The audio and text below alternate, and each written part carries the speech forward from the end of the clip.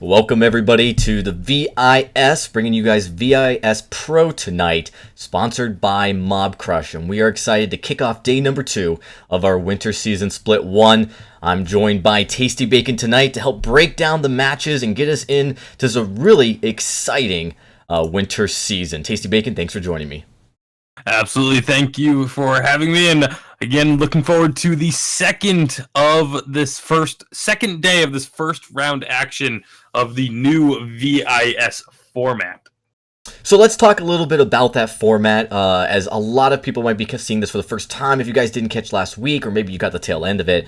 So Tasty, I don't know if you remember all the changes in the rules, but let's talk about what's the major changes to the VIS format. Well, the major change, the one that's the most obvious, is the fact that it is no longer the season and league type of format that we had seen for the past couple seasons, where it was, 8 teams were invited and they all played each other over the course of, 14, 15, 16, however many weeks. This is instead now a single elimination tournament. There's 16 teams that it was opened up to this time. Instead of being purely invitational, it was actually teams had to sign up in order to be considered for entry into VIS. And so all these teams signed up, and VIS then selected the top 16 from there and put them into this single elimination bracket style tournament. Yeah, and so it's a little bit different, but the big takeaway is we still wanted to highlight these pro teams. We still wanted to give some younger teams, some younger orgs a chance to shine, while also highlighting, of course, the best organizations and the best teams in Vainglory today. So we opened up the registration. We got a lot of teams that registered, and of course, this first split, we were able to select what we felt were some of the 16 best teams, and then, of course, we'll be opening up registration again for the second split and allowing the bottom 8 teams to kind of be reshuffled and redecided as we get into the next split. So it's really exciting. We're going to be having 2 tournaments. This is the first one over 2 weeks, and this is our second day. We actually split the round of 16 into 2 days so we can really showcase all of these exciting teams. And it's really awesome that we did, because there are so many changes to the rosters on these teams. We're going to take a look real quickly at the matchups this week, and today specifically. You can see that we had a lot of exciting matchups on Tuesday. Team Solo Mid, they've kept their same roster, and they came in really strong against Notorious, but Kinetic with a brand new roster. It's actually the old Hammer's Velocity roster, coming in against Anarchy, formerly known as Vertigo Black, and they performed quite well, really dominant play. Exertion and Infinity, those are 2 teams that are definitely very new to the VISPRO lineup. And then Hammer's Velocity, they came in really big with a brand new roster as well against Llama Palooza. Pretty exciting matchups, Tasty. I think you were going to mention or talk a little bit about the Kinetic Anarchy matchup real quick. Yeah, I mean, Kinetic and Anarchy, that was one of the matches I was most looking forward to seeing the other day, because that is actually a matchup that we're going to be seeing in the Evil 8 this season. So there were multiple Evil 8 teams competing yesterday. There's multiple Evil 8 teams competing again here today, which is, of course, like, as you alluded to, putting that showcase on the top-level players of Vainglory playing in these tournaments when there is no Evil 8, especially. Gives everyone a chance to get a glimpse at these rosters. The completely reformed now Kinetic coming in, actually, basically, it's essentially the old Hammer's Velocity lineup, now departing the Hammer's organization and playing under the Kinetic name. So that was actually really exciting to see how they would perform without the resources and the backup of the Hammers Esports organization. And of course, Anarchy, formerly Vertigo Black, having just recently qualified for the Evil 8, getting their first chance to take on one of the now still current Evil 8 teams. Absolutely, and that was a lot of exciting matches that took place. And as we get into today's matchups, I do want to highlight some of those teams that may not be in the Evil 8, but clearly look like they're poised to make a run for those spots that are going to be probably opened up. We don't know the format for spring season yet, but we do know that they are going to be looking to keep a very similar format with Challenger Series, with teams that are able to break into those top 8 teams. Our first matchup today is going to be Level 8 versus Divine Euros, and we're going to be streaming that matchup very shortly. And these are going to be the two teams. They are not in the Evil 8, but they definitely have some rosters that are going to be exciting. Level 8 specifically, this is Grasscoon, Big Dog, and WizSibs. All 3 of these members have had Evil 8 experience, some of them even with live championship experience. I really am impressed with this roster here at Level 8. Yeah, it's definitely one of those teams that you are going to be keeping your eyes on to see how well they can do when the actual official season begins for Vainglory, and the Challenger Series starts up. And this is one of those teams that you have to figure is going to be up near the top of the Challengers, if not at the top. Yeah, and so I'm excited to see this matchup specifically for that reason. Now, Divine Euros, they're pretty unknown in the competitive scene, but they've really kind of impressed us with their roster and with what they're trying to do here as an org. Divine's been kind of in the Challenger Series for a few times, and Apollos is a name that definitely was pretty active in Challenger Series last season. So, they've got Apollos, not a name change, which I'm guessing is a name change, and then Vegan Bear 9. So some new faces we really want to see. I mean, their score and some of their past experience actually wasn't that too shabby, so they were able to get into this tournament, and it's one of those underdogs that maybe really going to go shine. Looking at the rest of the matchups tonight, though, we've got some really big heavy hitters. Cloud9 versus Ardent. Cloud9 with that brand new roster, old school Gabe Vizzle and I Love Joseph, a dream team by some measures, looking to kind of make a huge showing tonight. MDC, which is Miko, Delphi, and Cull. Those players coming back. For Miko and Cull to meet to actually be playing together after so many months of playing together under Alliance, then became Team Solo Mid. That's going to be exciting. And then, of course, Gangsters. Unfortunately, Gangsters won't be playing tonight because the matchup against Zonic had to be canceled, since Sonic unfortunately was not able to meet the roster requirements, as one of their members was not able to come in, and they didn't have a sub, so Sonic did get disqualified. They will not be playing tonight. Gangsters does automatically move to the quarterfinals, unfortunately. Fortunately for Gangsters, but unfortunately for the viewers, as they have also come in with a pretty strikingly surprising roster change to their team.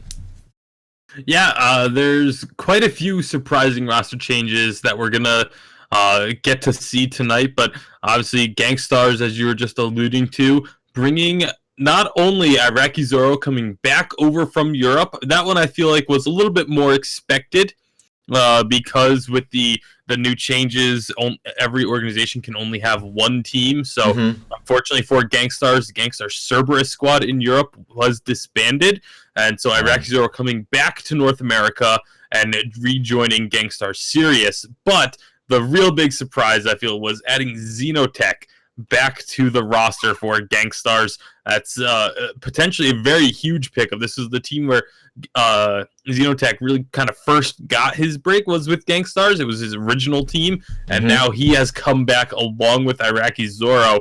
So that could be a very, very threatening team in Gangstar Series. It really could be. In Xenotech, he's been on a lot of good teams. He's done a lot of good runs, but he's kind of been like that unsung hero. He's been able to, when his team is really playing well, make incredible plays, really surprise. I mean, his mechanical skills are still one of the best in the game. And I think with the right players, I think with Iraqi and Rex, you're really going to see this roster shine. So we're going to look at the brackets real quick here as we get into this matchup very shortly. The brackets now, this is a best of 16. So we start with the round of 16, and we did split the two groups of the 16s up here between day 1 and day 2. Day 1 was group 1 with Team Solo Mid and Kinetic and Hammer's Velocity. Day 2, of course, you're seeing they are the matches that are pending. They have not taken place yet. You see Gangsters will be moving on right away, but Cloud9, Ardent, Miko, Delphi, Cull, these are the teams looking to advance without issue, although there could be some upsets. So We are excited to kind of see how this bracket starts to form. What really exciting too is that there is a possibility we could see a Gangsters Team Solo mid final, since they are on opposite ends of the brackets. Cloud9 as well on opposite ends. It could be one of those couple teams. Definitely favorites coming into this tournament. Yeah, absolutely. I think you have to give a favorite to the teams that are in the Evil Eight and have been performing in the Evil Eight. Kinetic also has to be one of the favorites here because of just the star power on their roster. Cloud9, I feel like there is a little bit of a question mark, even though they are, obviously very star-studded. We have seen these players individually have trouble adapting to new teams. Gabe Vizel in particular has jumped around a couple of teams in recent memory and has not really found that gel and that mesh that has really was what was a staple of the original Gangstar Sirius squad when it was Gabe Vizel, Kolomik, and Araki Zoro, like the team that just won everything for a while in Vainglory. Once Gabe Vizel left, he's kind of struggled to find his home and find a group of players that he really meshes with in order to play it together. So it'll be interesting to see if Cloud9 is that home that he's finally been looking for. And then, like you said, Miko, Delphi, Cole can definitely be another favorite here, just going off of pure name alone. Yeah, there's just so many star-studded teams, and again, we look at how these concentration of some of these all-star players coming together under these big names. It's really, kind of like it took a long time, a whole year, for this all to kind of fall into place here. We've seen a lot of roster changes over the years, but really, I think this year, 2017, in Vainglory competitive teams will be the first time we'll see a little bit more stability. A lot of times we saw teams switching every season. I think that Team Solo Mid. And even Hammer's Velocity kind of showed that there really was no value in that. There was value in stability. There's no value in switching teams or players every single season, as both of them qualified for Worlds pretty early on, and through that because they were able to keep the same roster. So that very important. I think you'll see kind of that will be the trend this season, is these rosters staying put maybe a little bit longer than normal.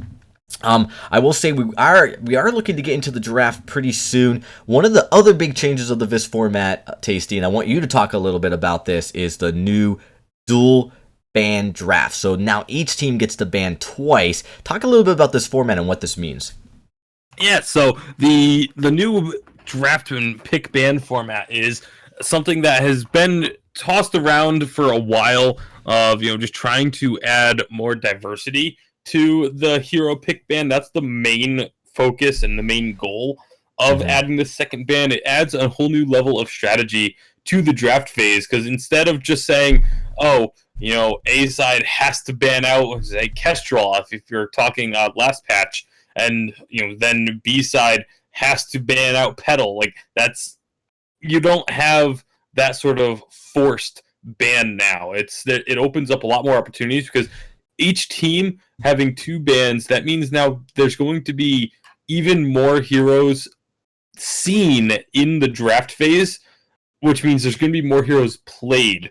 This particular format that we are using here at VIS is actually going to give each team a ban, just like normal, at the start. Then each team will get one pick, and then each team will ban a second hero, and then the draft finishes out. So by the time before each team makes their final two selections, there are already 6 heroes taken off the board. And, all of this will be happening live in chat, so in-game chat. So you guys won't be able to see it occur exactly as it happens, but you will be able to see all the bans that take place live on the draft screen. You'll see them right away, as the teams will go through the in-game draft as normal to reflect kind of like the order in which they did make those picks. But you're right, it makes a huge difference. We'll talk about some of the heroes you really don't see in competitive play used. We saw Baron played by by Kinetic, Dienzio, playing on it, and he did incredible because they were able to ban and draft a team where Baron was effective. And that's kind of the change that we're going to be seeing this season, and this could be coming to all professional Vainglory leagues and tournaments in the near future. We hope so. So we're definitely excited to be piloting that here for the very first time, and you guys get to see that. we talk about the meta changes and what this kind of means, and I do want to mention quickly some of the things that we saw, Tasty, on Tuesday. So we got our first glimpse of 2.1 and our first glimpse of the dual bans, the 2 global bans per team. And some of the things that really stood out to me was Ringo. It seems like Ringo is this priority picked. I think he was picked or banned in every single game, Tasty. Yeah, it's kind of surprising to see Ringo all of a sudden make another rise to problems. It feels like the lane is always kind of this revolving door of who's really strong at the time. It kind of goes Ringo, Vox, Ringo, Celeste, Scarf, Kestrel, then kind of resets back to Ringo again. But it always seems that Ringo will either be always picked and banned, like very high priority, or just never seen. It's always one of the other. Like sometimes we do see a Scarf. Sometimes there's still a Celeste that gets picked up here and there in pretty much any meta. But it really feels like Ringo is very polarizing. Of either is always present or is a very very rare pickup, depending on the patch. Absolutely. So right now it definitely seems like it's one where he is extremely popular. Yeah, and he's been played quite a bit. We see just, crystal or weapon, although we see a lot of weapon Ringo as well. It's something that seems to really fit into this meta. With the Broken Myth nerf, we've really saw a reduction in mages. Mages that can't scale well with like Alternating Current, or mages that don't scale well with Eve of Harvest. And in the lane especially, we see those weapon heroes really starting to come out and played a lot more frequently than we have in the past. And it's exciting, but it's always exciting to see Ringo. He's only been nerfed a few times. He's probably been the least nerfed hero out of all the Vainglory heroes. He occasionally gets tweaks, rarely like direct nerfs, although a few times, because he's really that kind of consistency in the game. And so it's exciting. You kind of know when the meta's shifting when Ringo comes into the meta as he has. So a lot of other exciting changes as well. Jungles, we've seen lots of glaives and skies. We even saw some flickers. So this dual ban system really shaking up 2.1 meta. And so if you thought you knew it, you're going to be seeing something completely different here on VIS. Now, we're almost done with the draft in the chat. We're going to take a quick break, but when we return, we should be able to get you guys right into game number 1. The matchup is going to be level 8 versus Divine Eros, and these are the rosters and matchups for those teams. So very shortly, we'll be getting into those in just a short time. We're going to take a quick break, though, but when we return, game 1 will start. We'll be right back, everyone.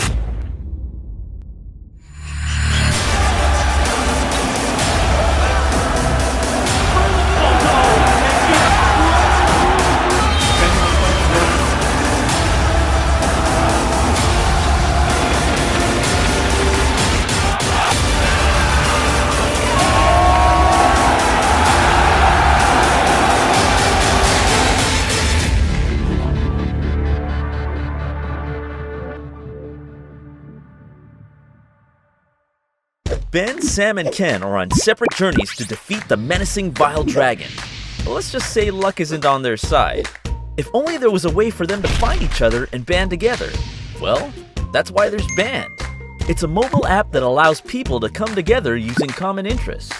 With Band, you can find fellow gamers, chat, schedule gaming sessions, and conduct polls. Stage epic battles with friends while sharing videos and photos along the way. So try Band today. Band. Be together.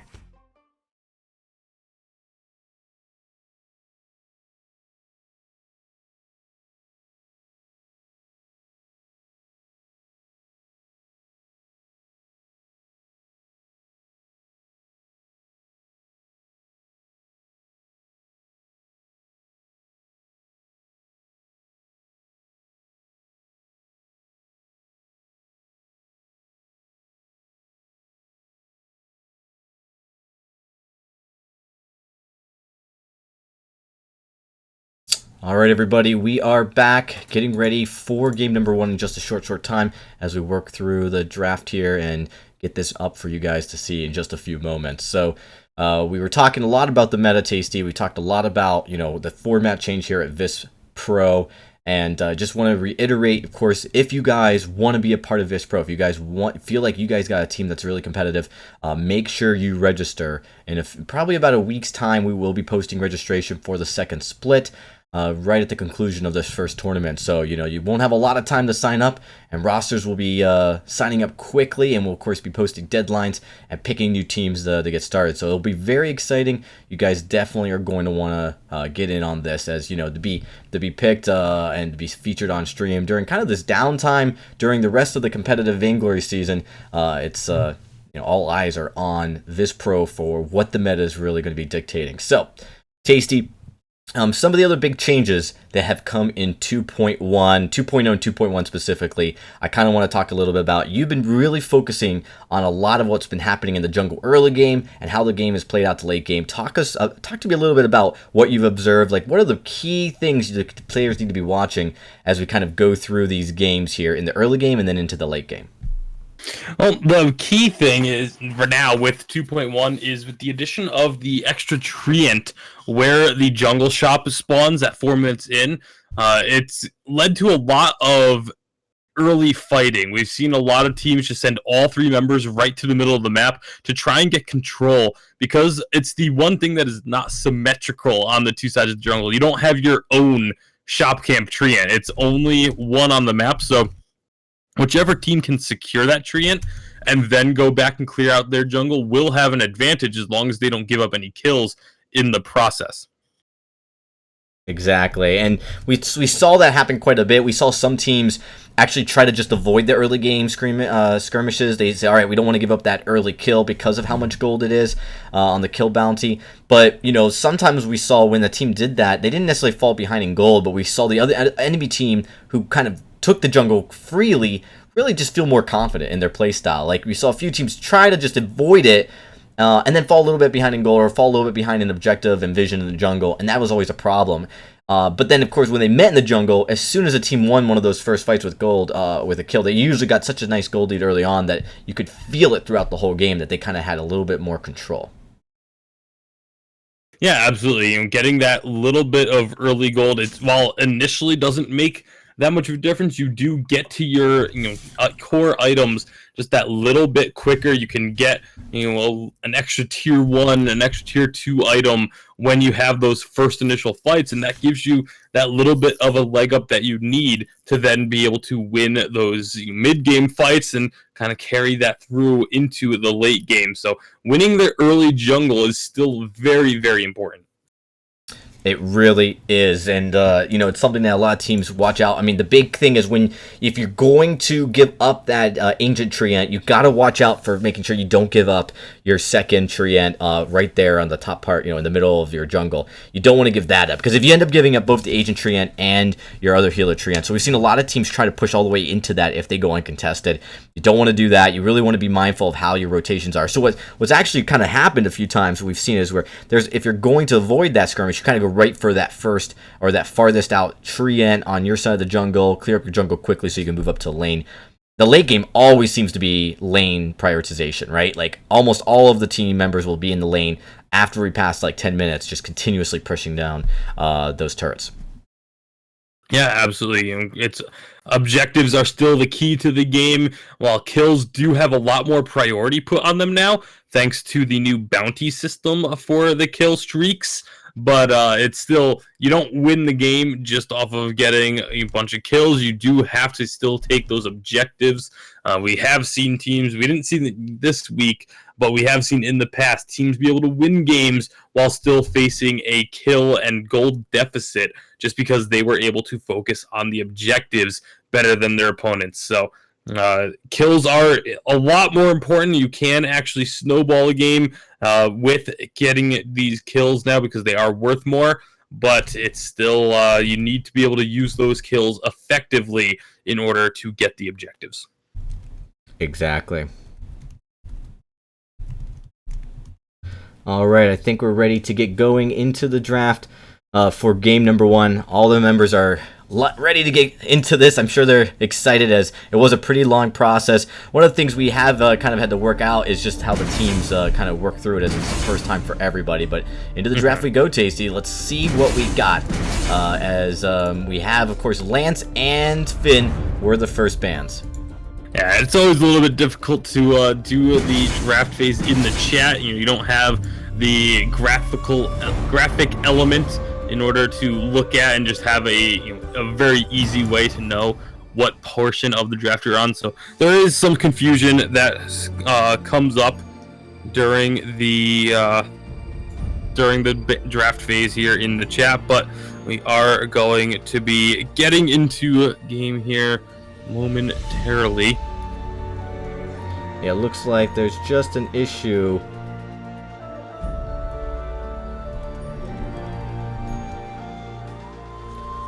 As we do have to get that sorted out. Can't believe I'm reading this. Player doesn't have a hero. But so the draft actually took place in chat. So the order in which the draft occurs on stream may be a little bit off for this. We are not going to be penalizing players for not having a hero. But again, the order in which they already performed the draft is actually already set. It's already final. So the draft is closed.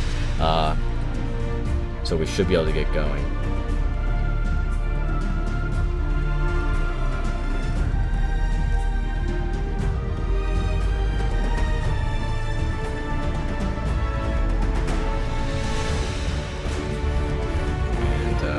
Should be able to get this draft rebooted.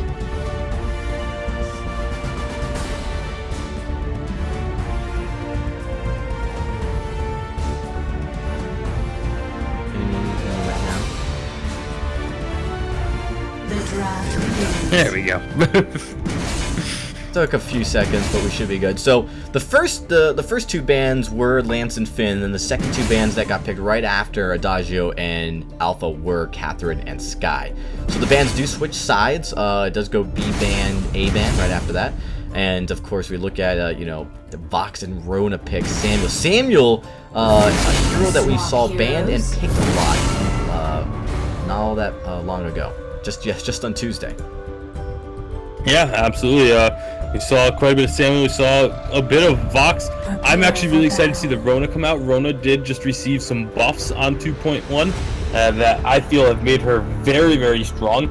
As long as you have a composition, as long as you pick her into a composition that doesn't have a ton of lockdowns, like as long you still don't want to go Rona into a Lance or things like that, but this composition that they're up against, the Alpha and the Vox, that's not a super mobile composition when it comes to trying to escape a target. So Rona actually is going to be, I feel, very, very strong in this matchup.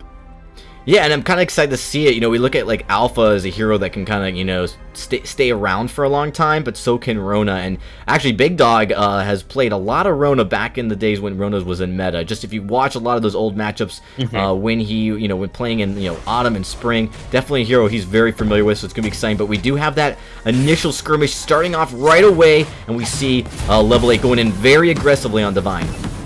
Yeah, they're looking for this early kill. Veganbear actually going to activate the Treant just to get that a little bit of extra deterrent in the root circle, but it's not going to work. There is going to be first blood going to the Big Dog on this Rona. It will get traded out as they do pick up a kill onto Wizard Sibs, but Alpha now rebooting will be dropped as soon as she gets back up, and this is going to be a pretty sizable advantage picked up here by level 8.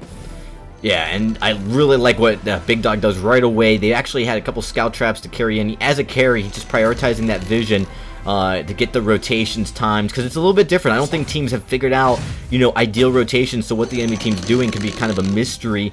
And in this case, it kind of allows them to kind of get an upper hand here early on. But the gold advantage, huge swing. You usually don't see this big of a swing, even if you got a few kills, but already we're looking at a 400 to 500 gold lead. Yeah, well, that's the fact that they were able to steal away a couple of jungle camps and pick up the train. That's 3 extra camps going to the Big Dog, plus that first blood gold, which was just added in 2.1. You do get a little bit of extra gold. I believe it's 200 gold for securing the first blood. So that's really where a lot of that gold lead is coming from, and you can see up in the lane, it's going to be this 2-on-2. This is still kind of the way things go. You do have a lot of focus on the lane, even though there is a lot more early fighting in the jungle. Once that initial skirmish kind of dies down, things sort of settle back into the way they were on 2.0. And I think one of the biggest surprises when you look at this meta is the fact that we have Samuel in the lane. Now, when Samuel first came out, being played in the lane wasn't that uncommon, but it seemed like he just instantly went into as a jungle hero. Played in the jungle so much, even like last series we had, a couple series on Tuesday, we saw Samuel in the jungle almost exclusively. This is the first time we're really seeing him played as a crystal laner. What do you think about that, Tasty? Like, I know we've talked about like how like as a laner it makes a lot of sense for him to be in the lane for many of these matches, but his prioritization to the jungle was kind of a interesting shift last season.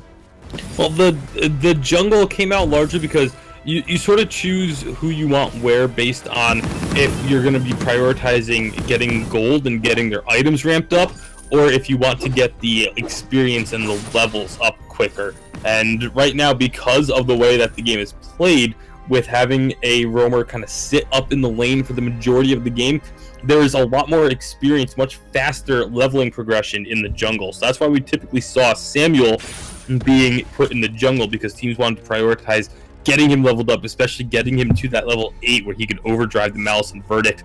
Obviously, with the Rona, they want to just let Wizard Sibs soak up this experience in the lane, and the gold is going to be the emphasis here for the Samuel, because there is more gold in the lane than there is in the jungle, but there's not as much experience. Yeah, and speaking of the gold, we've actually seen Divine kind of even the gold up just a little bit here. They did get one of those kills early on, but it was really level 8 that had that gold lead 400 or 500, and it's shrunk. A lot of it could just be the timing of the rotations, although we do see both teams have cleared out their jungle, and it's still pretty even. So Divine able to kind of come back in here, keep this gold very close. I think that's really important in this early part of the game, especially losing out those kills and kind of losing some of the skirmishes so early, to kind of keep that gold close. It's definitely going to be a problem for level 8 if they don't get any kind of lead here in the very short term. And, well, we may be getting a nice big skirmish here as all 6 members are up in the lane. It does look like a little bit of trading back and forth, but no real commitment to a fight. This is looking good for Divine because they have a lot more minions here, but those Malice and Verdicts doing so much damage to not a name change. He is going to get dropped into that reboot. Will they be able to actually find the kill? Not quite. And so thanks to Alpha's heroic perk, they will be able to get out of there without giving up a kill. And he's building some of that energy regen, which actually helps his heroic perk a little bit, gives him a little bit more tankiness, and that's going to be kind of important as we see. He looks like he's building into an aftershock, so get some of that early burst. The Vox really doing a nice amount of work here. We saw like level 8 trying to go in very aggressively, but the Vox's residences were picking away. Oh, but Vegan Bear almost drops here early.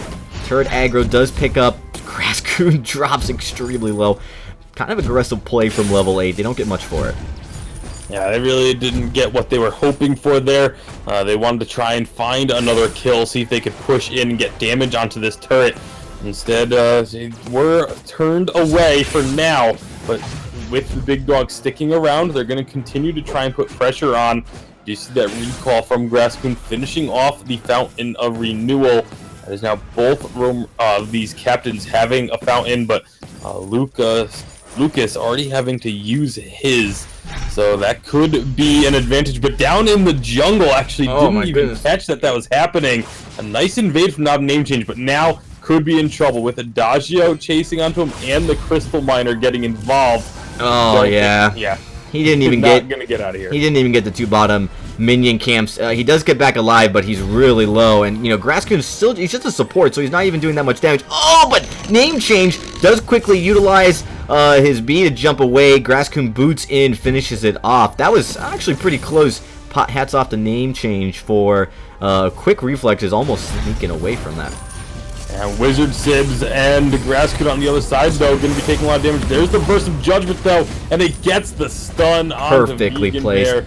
that will secure another kill for level 8. Yeah, and there's just no reflex blocks really across the team. So such an early burst of Judgment to come out. It was really, I think it's smart when you have a dodge, to try to utilize that sooner. I mean, a lot of players kind of forget about it, right? It's not something, you only use it when you're really going to get in. Oftentimes it's countered so early with everyone buying reflex blocks. So if you can see that they don't have reflex blocks, it allows you to kind of get in there quickly, turn the tides of a fight not going your way.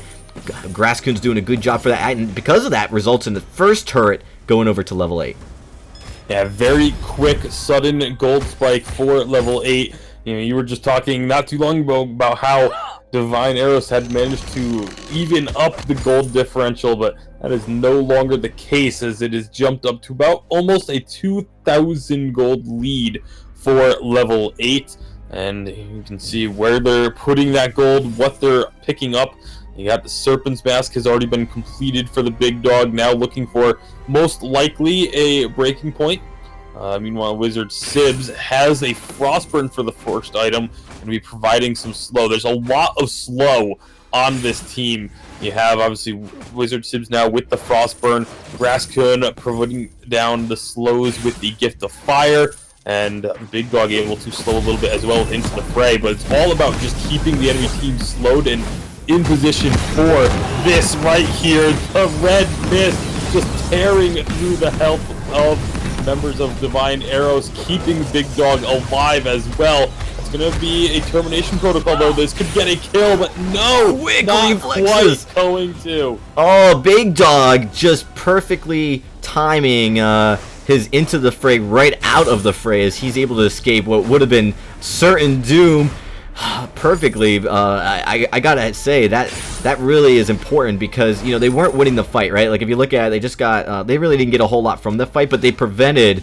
Divine from getting kind of a lead or an advantage here, and it allows them to keep that gold lead. And of course they rotate down nicely to take down this healer treant from the enemy's jungle. Level 8 doing about as good as you can do right now. I mean, it's a close game. You look at the CS, it's definitely, we're not seeing anything large. The largest lead is, of course, WizSibs on 79 CS versus the 69 on Vegan Bear. But in the jungle, it's actually not a name change who's got a considerable lead over the Big Dog. So Big Dog, great reflexes. We talk about like the veteranship of this team. These players have been playing competitively a long time. It's their first time to kind of together on this roster, playing together. But this seems like their experience is really paying off.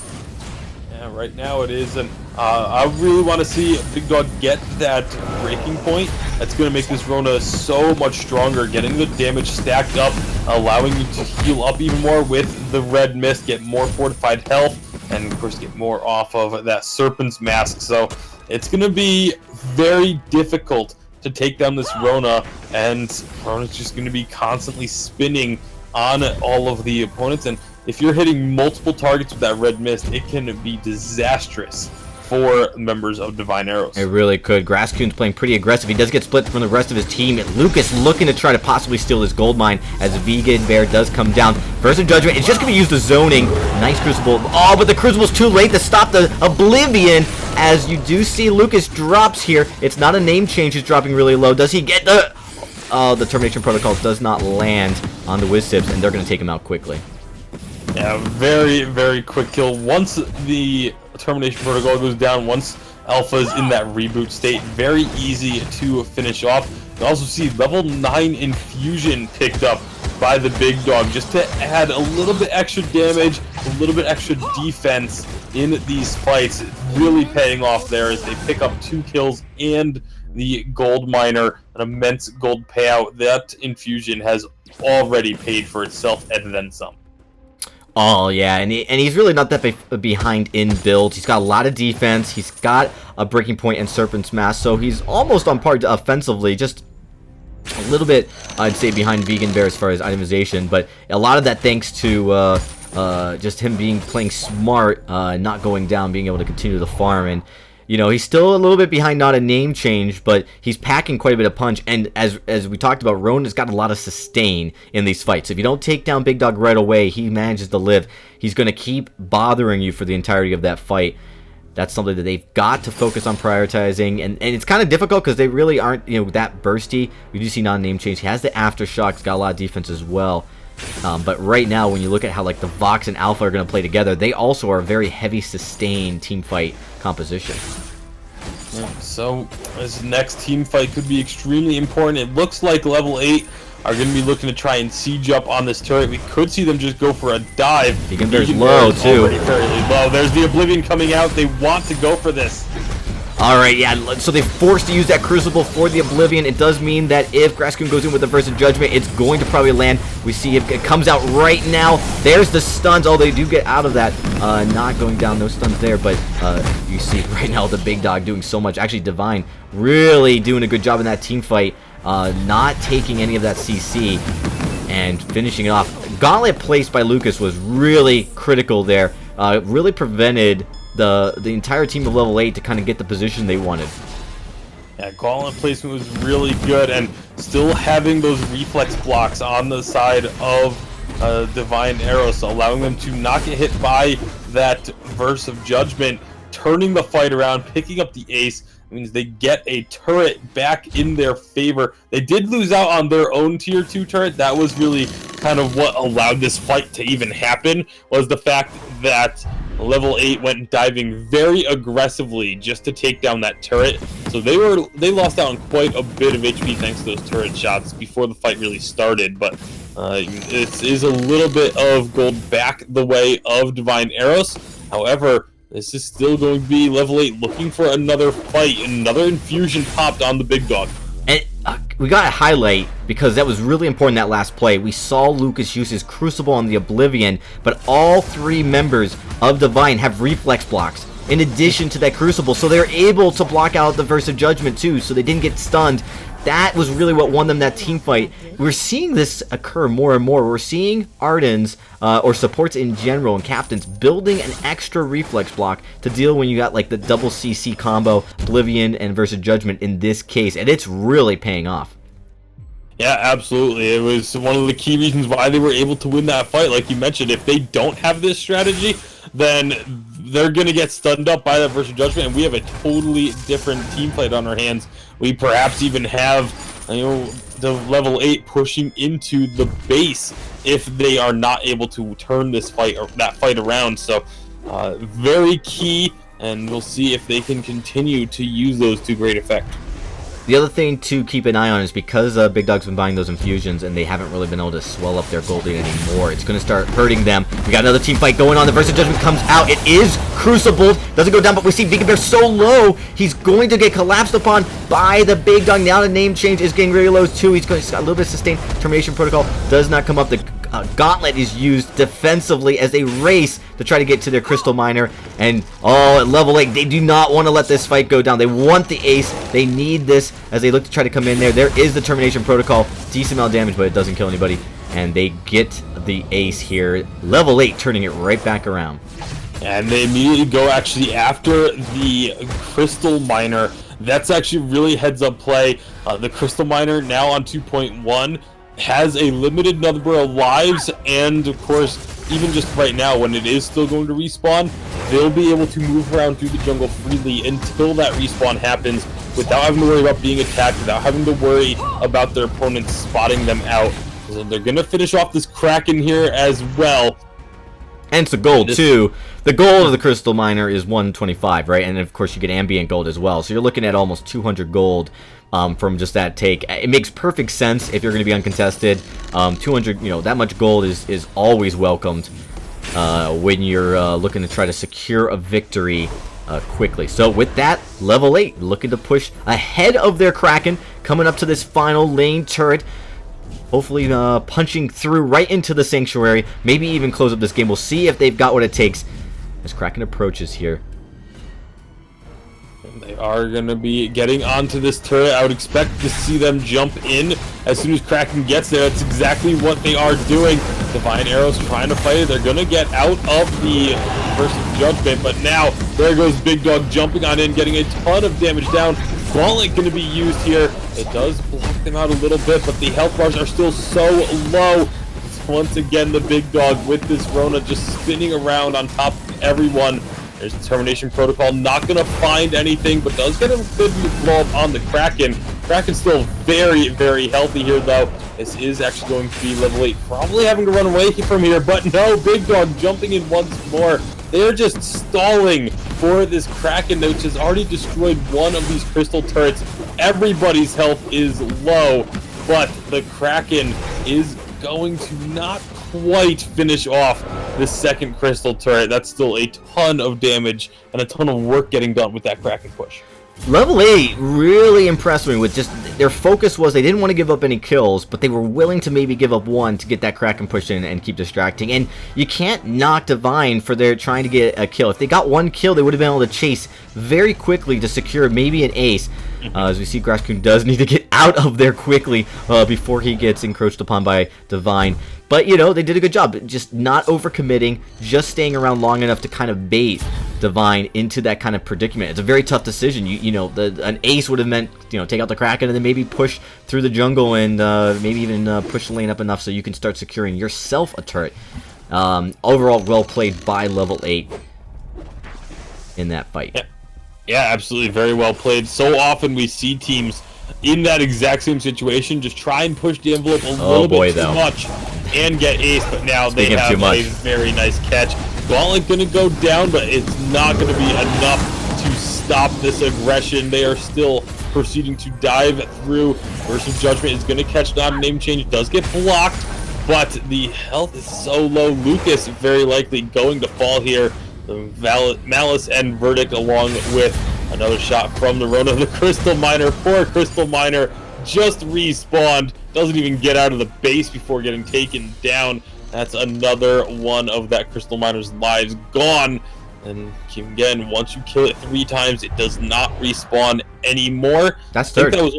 Was that the third? That's third because we saw it actually coming by when the first Kraken was pushing, so that was, you know, second. They went and they killed it right after that, and then of course they got it here right at the third time. This is looking to be a quick Kraken take. I don't think Divine's going to get here in time, and with this Kraken push, this is likely going to be final push here for level 8. Really, really nice play, heads up play. I mean, the decision making coming out of level 8 is so decisive. They commit completely to a fight once they decide. They commit to an action immediately. And, you know, we've seen, you know, maybe once or twice it doesn't work out for them, but we don't see a lot of hesitation. They really are playing their composition correctly as best they can, and at least staying with whatever decision they make. We do see the fight kind of going a little bit south here as they've locked onto the Samuel. The fountain comes out in the right amount of time. Eve of Harvest doing its work to keep WizSibs alive. The Kraken's barreling down. They do get that first kill onto WizSibs. Can they take out one of the members of Divine? You see Alpha's really low. He's dropping. Oh, Big Dog just escapes death. And now it's going to be Grasscoon just using that final Verse of Judgment to try to do something quickly here. Oh, but Grasscoon, he's going to drop. Big Dog just stalling. This might be the game, everybody, as Kraken's barreling on this crystal. Yeah, that was a great job of stalling, preventing the recalls. The final turret is long gone. Kraken now working on the crystal. This is GG. There's just not enough damage on the side of Divine Arrows to stop this. A beautiful job of just delaying the recalls by level 8 in order to ensure that. I mean, look how close Kraken was to going down. If they don't stop those recalls, Kraken gets killed, game continues. But those heads-up plays, sacrificing themselves in order to keep members of Divine Arrows out of their own base, allows Kraken to finish the game. And I agree, it was really smart. Again, we talk about, like, level 8, this game, playing really confidently. They know what they need to do, and they didn't hesitate, or there was no thinking. They said, all right, we need to just stall them. We're just going to stay. We're not going to just run away from the fight. We saw Big Dog going right back into it just to try to get some damage and keep the Alpha from recalling. As we saw, Alpha was actually recalling. So really smart play by level 8. Overall, we'll see if this carries on to game number 2 with this kind of confidence coming out of this team here. Divine actually playing a pretty solid game here and definitely giving level 8 some challenges. We saw, like, in the team fight, some really well executed team fights from Divine, but overall, level 8 just playing really, really well. Yeah, and the one thing I really liked out of level 8 is what you had said about their decision making and how they seemed very cohesive.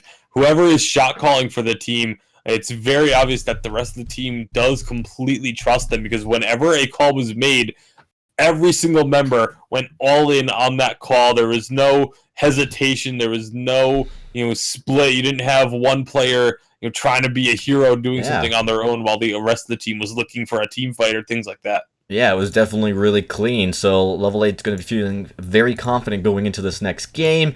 We are going to take a quick break, but when we return, we'll hopefully be able to get into the game as soon as that draft ends, as it's taking place right now. We'll be right back after this break, everybody, for game number 2.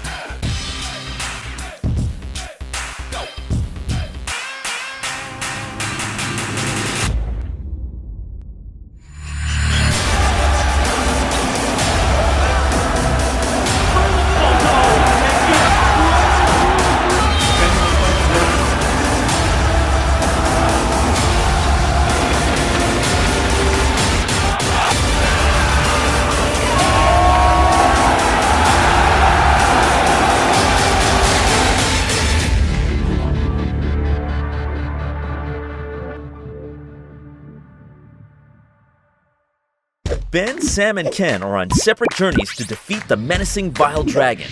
But let's just say luck isn't on their side. If only there was a way for them to find each other and band together. Well, that's why there's Band. It's a mobile app that allows people to come together using common interests. With Band, you can find fellow gamers, chat, schedule gaming sessions, and conduct polls. Stage epic battles with friends while sharing videos and photos along the way. So try Band today. Band. Be together.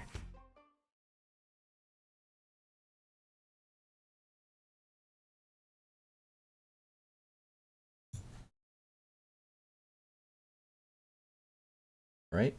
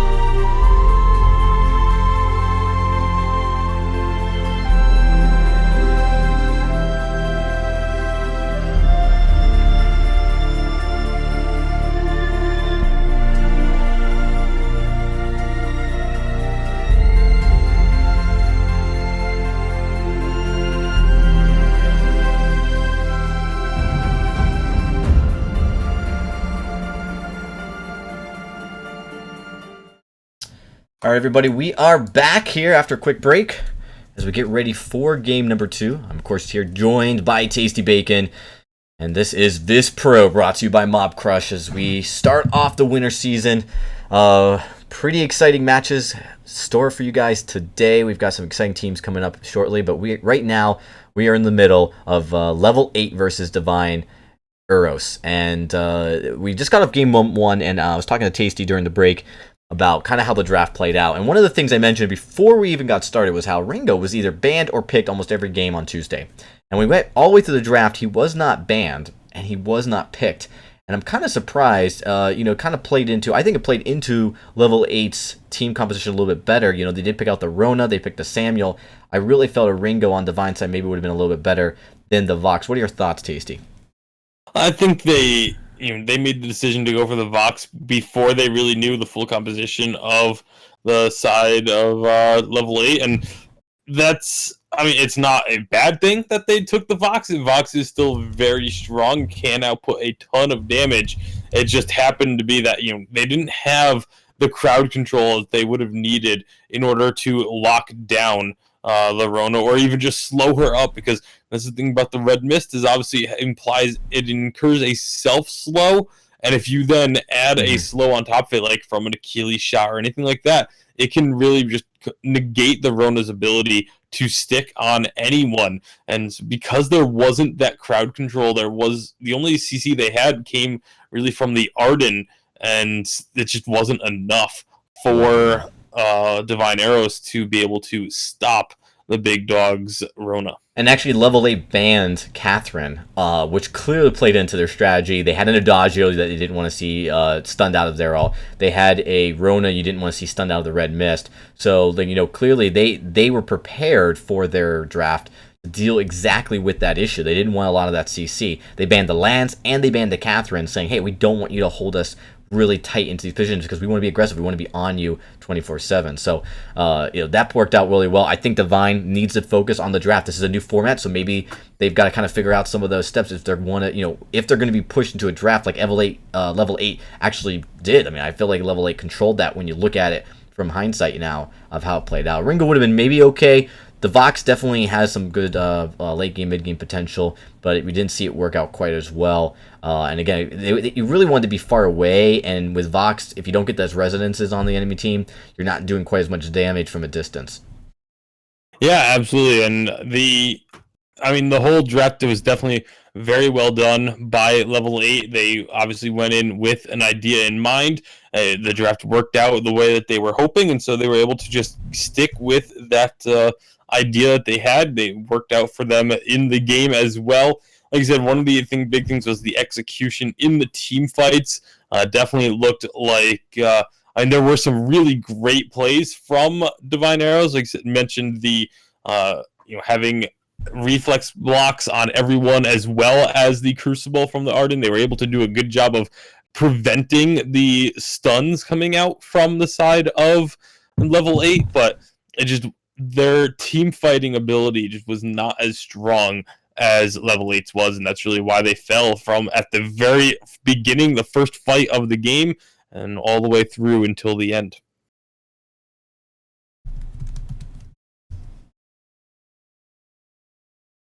Absolutely. So we're still waiting, I believe, on the draft to take place for game number 2.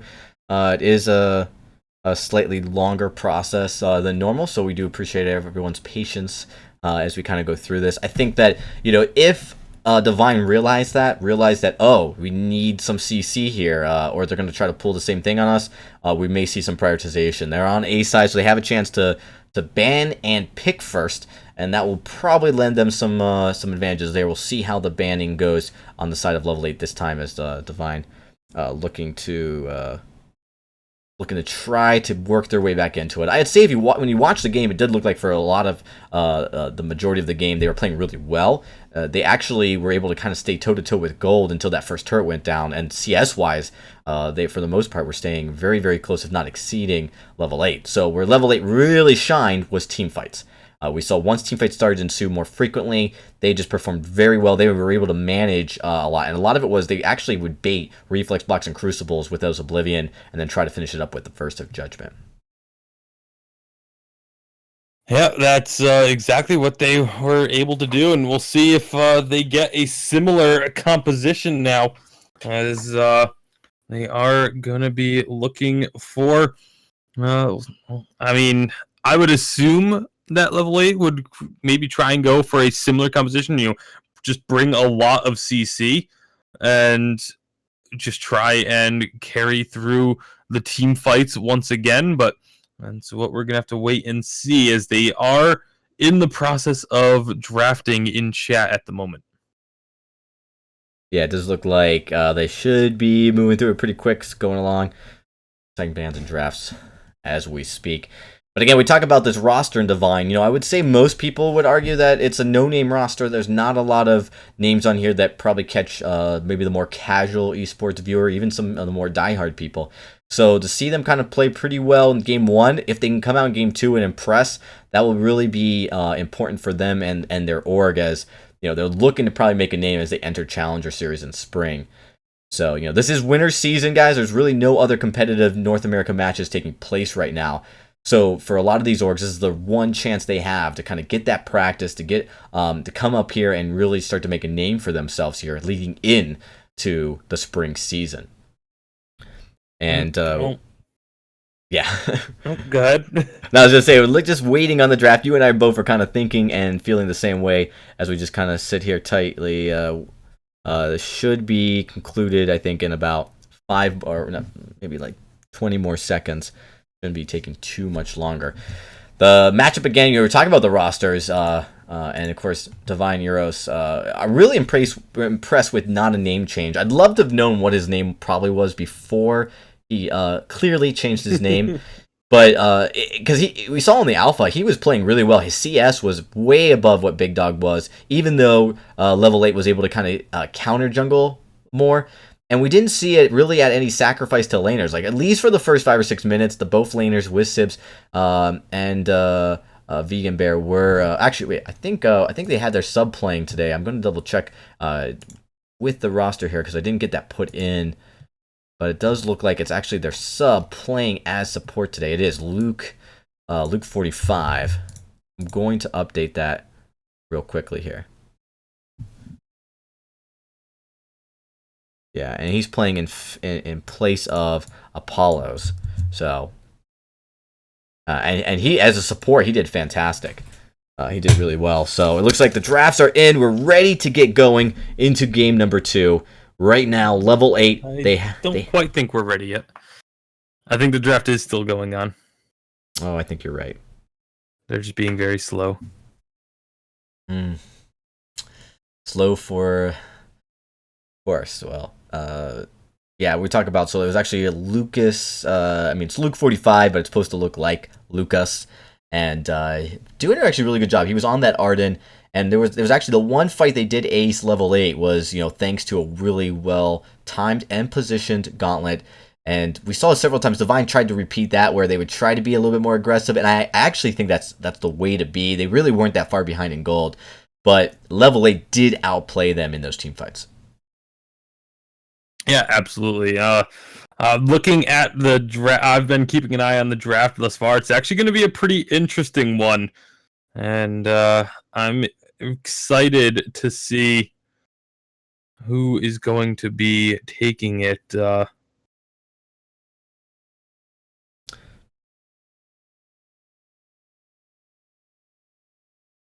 Yeah, it's just moving. Finally starting to pick up some speed here, so we should be just about ready. And that is the last pick. So you guys were waiting for it. Finally, game number 2, about ready to start here. And we have, the client's definitely Vainglory. If you guys have had issues getting into Vainglory, we've noticed a few issues on here as well. But it looks like everything is moving along nicely. So the draft is in. So we're gonna get actually right into the draft now. Yep, and like you said, the Lance and Finn as the first bans. Adagio first picked this time by the side of Divine Eros, and there's your Ringo again taken up here by the side of level 8. Swap heroes. You see Catherine banned again here, as both Lance and Finn also getting banned. Interesting to see a Jewel come out. Lyra is really not... If you've been watching the EA server tournaments on Arena 8, you shouldn't be surprised at all to see Lyra. We actually saw quite a bit of Lyra play to quite a bit of success here. As we go into the Samuel, again, not a surprise. Samuel Ringo combo actually really potent, and level 8 already shows that what they can do with the Samuel. Now it's actually Big Dog on the Samuel this time, so he's actually quite known for his Samuel play as well. But into the game we are going. Fine Arrows on A side as they looking to finally maybe take a game off of level 8 here. Yeah, we'll see if they can force this to a game 3 or if level 8 will take a 2-0. The Jewel, as you mentioned, an interesting pick. I'm actually really big on Jewel right now. I feel like she's quite strong, especially going down her weapon build path. The crits are still immense, just as they've always been. But she's a little bit more durable, and we'll see if they can find anything here. Looks like actually level 8 have opted not to go for that middle fight, but they are going to get their Treant stolen away. Nice job there by Lucas. Oh yeah, and this is really a big deal. We see that they decided, at least Wisdoms and company decided not to engage early on, and I don't know if that was the right call because they're actually paying the price for it right at this moment. As we see, they steal that Treant from the enemy side. They're going to get the Agent Treant, and we see Vegan Bear on the Jewel working on it right now with no contention whatsoever. I think they level 8 saw that the Jewel was down there by himself. They probably could have rotated down quickly, stopped that take of the Agent Treant, maybe even get a kill. No kills yet on either side, but again, we see a slight gold edge, at least in CS there, and the Jungler is not a name change, takes a lot of damage on that Lyra, and is going to have to back away. It's actually a carry Lyra, which is, again, something we actually have seen played out in some of the EA games. You guys really should be watching that on Arena 8. They're really kind of exciting, but that early aggressiveness in the jungle, but not resulting in a kill, has kept this gold about dead even. Yeah, I don't think I really like the carry Lyra in this situation. It's Lyra's heal scales off of extra health, whereas Adagio scales off of crystal power. So to have the Adagio as the captain with Lyra as the carry, you're almost kind of gimping both of those characters, whereas if you had swapped it up, Lyra would be a little bit stronger in terms of being able to heal than the Adagio if she is the roamer, and Adagio, of course, when you make him a crystal power carry, can absolutely melt people. We've seen it happen so many times. Right now, though, not a name change. Going to be the focus target here for level 8, but they're not quite going to be able to find the kill. Oh man, and that was really close. You actually see Lucas, even once his heal was up, decided not to use it since Lyra was just going to recall. And I think that was the right call to conserve his energy. I mean, there's definitely something to be said, though, about the carry Lyra. She's a little bit tankier now, as they actually aligned her defensive stats to be more in line with some of the other heroes. She was pretty squishy, especially late game, than many of the other heroes. Now that's a little bit more even, more so in the late game. And her sigil actually did get a slight buff, where movement speed wise, it gives increased movement speed upon the execution of it. And that could be a really big deal. You look at that, like, how Ringo's, one of his more well-known abilities is his B, where he can actually gain some movement and attack speed and kind of chase you down. Well, Lyra can slow you, then chase you with her sigil being planted at the right time, getting that speed movement. She can definitely 1v1 you if she's chasing you down. So we've seen some carry Lyras actually in the EA server on Arena 8, and it's worked out actually with some success. That's definitely going to be what the side of Divine Arrows are hoping for, but there's just been so much focus here in the lane from level 8. This time it's actually going to be Lucas, the one that just narrowly gets out with his life intact. He's going to throw a heal onto Not a Name Change just before recalling, just to try and keep him topped up there. But all three members of level 8 still going to be hanging out up here, maybe looking for some extra damage. But with Vegan Bear rotating up, they all just immediately rotate back out. The jungle's back up, so they're just going to farm that up.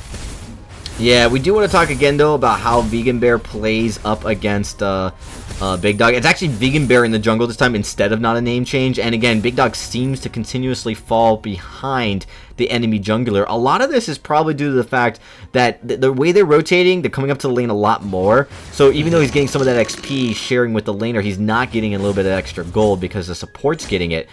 And that definitely can impact to some extent. We do see, of course, VISPRO again being a much stronger laner in the lane than the enemy laner. In this case, it is not a name change. 10 CS lead already, but the gold lead is pretty much even, just a 500 or 600 gold lead going over to our level 8. Yeah, and a lot of those differences, both the Big Dog being a little bit behind in CS and with Wizard Sims being ahead, is because of how aggressive they're being in the lane. They're constantly pulling the Big Dog up from the jungle into the lane, and that's forcing the enemy laner out, while it allows Wizard Sims to farm freely. But of course, at the same time, Big Dog isn't getting as much farm in the jungle as his counterpart. So it's kind of a decision that is made by the team in order to sacrifice the Big Dog's farm a little bit in order to make sure that the Wizard Sims is very strong as the carry. Yeah, and to some extent it has been working out pretty well. We do see non-name change, so he is getting collapsed upon by WizSibs. Lucas wasn't there. He rotated down with Jewel, and now he's going to possibly pay the price. He's only one shot away. Down he goes. Double kill for WizSibs. And quickly we're starting to see Vegan Bear looking to try to jump onto WizSibs. Nice Vanguard by Grasscoons. And WizSibs going to be able to survive that. Oh, he's looking to go for a triple. Just barely escapes. And Vegan Bear, very, very aggressive there to try to just throw out a big red button on WizSibs at almost near critical health. Honestly, even just to jump in that situation, 2-on-1, trying to go in and get the kill after both of your allies have died. Very lucky to have gotten out alive, but not a name change. Comes back to lane and immediately taken out again, just not respecting the damage coming from a Sorrowblade Ringo. He's really built fast. The Sorrowblade came out so quickly. He's building very, very quickly. 68 CS already, and he's been able to collect most of that gold, not having to sacrifice any of it or share any of it, of course, with anybody else. And definitely, it's really important to highlight how quickly he's moving up compared to the non-name change. Non-name change did get that alternating current very quickly, but it's not quite the power spike that you get from other crystal items. It's really going to take this Lyra a few more tier 3 items before she's going to pack the kind of punch. Defensively, she's struggling. Gauntlet comes out, lands on her. She's dropped. Now Lucas is going to be falling as well. It's just Vegan Bear as level 8 looking to clear up this lane, push forward, and eye down this turret. And again, the team fighting from level 8 just seems to be on another tier from Divine Arrows, as they are able to find a couple more kills. 5-0, they're going to take down this turret very quickly. Now Vegan Bear could be in trouble. Extra damage going on to Jewel when her back is facing the damage source because of that heroic perk, giving her the extra armor and shield on the front and sides. But the back being left vulnerable, not quite going to be enough for Vegan Bear to go down. Right now, it looks like level 8 are toying with this gold miner, but also perhaps looking for a fight if anyone tries to contest. Yeah, it was kind of weird there. For just a few seconds, Lyra was level 5 when Vegan Bear was 9. It was a huge discrepancy. Of course, we see this across both laners as level 8 does pick up gold mine. Is the laners are going to be, unfortunately, sharing much more XP with their team than the jungler will be. So, naturally, they do tend to fall pretty far behind. But for the most part, Lyra is exceptionally weak and squishy early game. Her stats are just super low. Even in the late game, they're just not what you want them to be. So defensively, she's going to struggle. And we've really seen how impressive level 8's been able to take advantage of that and hit their power spikes. Already, we're seeing not a name change going down very quickly past the portal to get away. Oh, Vegan Bear just tried to jump in with that Rocket Leaf, landed on the portal, and was immediately pulled out of the fight. May have actually been what saved Vegan Bear's life there, because he still took a lot of damage. But you can see level 8 looking for damage onto the turret. They have to be careful on the side of Divine Arrows, though, as they push up. They could easily get turned around on with a stun like that from the Gauntlet. Lucas is going to take a little bit of damage, but not going to be any kills going down yet. Wizard Sibs possibly going to be looking for an opportunity to start unloading on someone, but low energy on pretty much everyone means that level 8 is now going to back out. Yeah, and we actually see Divine trying to take advantage of it. They do catch Arena level 8 kind of by surprise. Nice a run, though, from Wisdom to try to get out of there. He's taking a lot of damage. Big Red Button, though, might finish him off. It doesn't. And here comes Big Dog. And Lucas does put down the Verse of Judgment. He's so close to going down. Ringo actually recalls, but the Big Dog is able to finish off. One stops the recall of the Lyra, and they get a second kill. This game, they're playing even better than game number 1. They haven't given up a single death to Divine. Their goalie's really starting to grow, and again, the team fights. I mean, Divine really tried to like make something happen there. They felt like with their turret in play, they were able to kind of push back level 8. But they needed to realize they just aren't quite equipped to deal with the damage coming out of Big Dog. And they gave Big Dog some time to go down, pick up some treants, and kind of pick up his health and energy. And he came back up and just decimated them. That's something that they just need to be aware of. That they can't overcommit to a fight like well past that point where they maybe could have made a difference. And you can see they're going to be stealing away the treant once again. And now all 3 members of level 8, they're here. They could be looking for a fight. Grasscoon going very aggressive. Looks like maybe Wizard Sibs and the Big Dog not quite wanting to, but there is going to be the infusion picked up by Wizard Sibs. That means they want to fight. Wizard Sibs going to be finding a slow. The Big Red Button not really doing much because it is a weapon-powered jewel. So it really doesn't even deter them in the slightest. Instead, level 8 just decides to go up and grab this lane farm. They almost just destroyed non-name change. Lyra dropping so quick.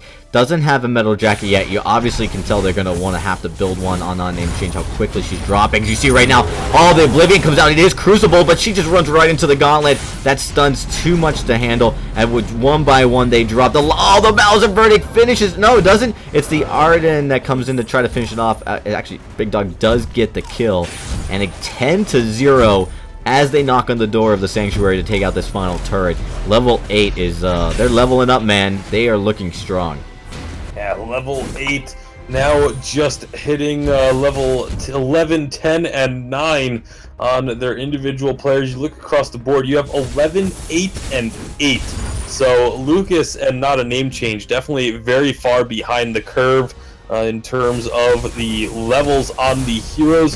And level 8, 10, and 0, and having all 3 of those turrets down, they're just in complete control of this game, perhaps even looking for more here.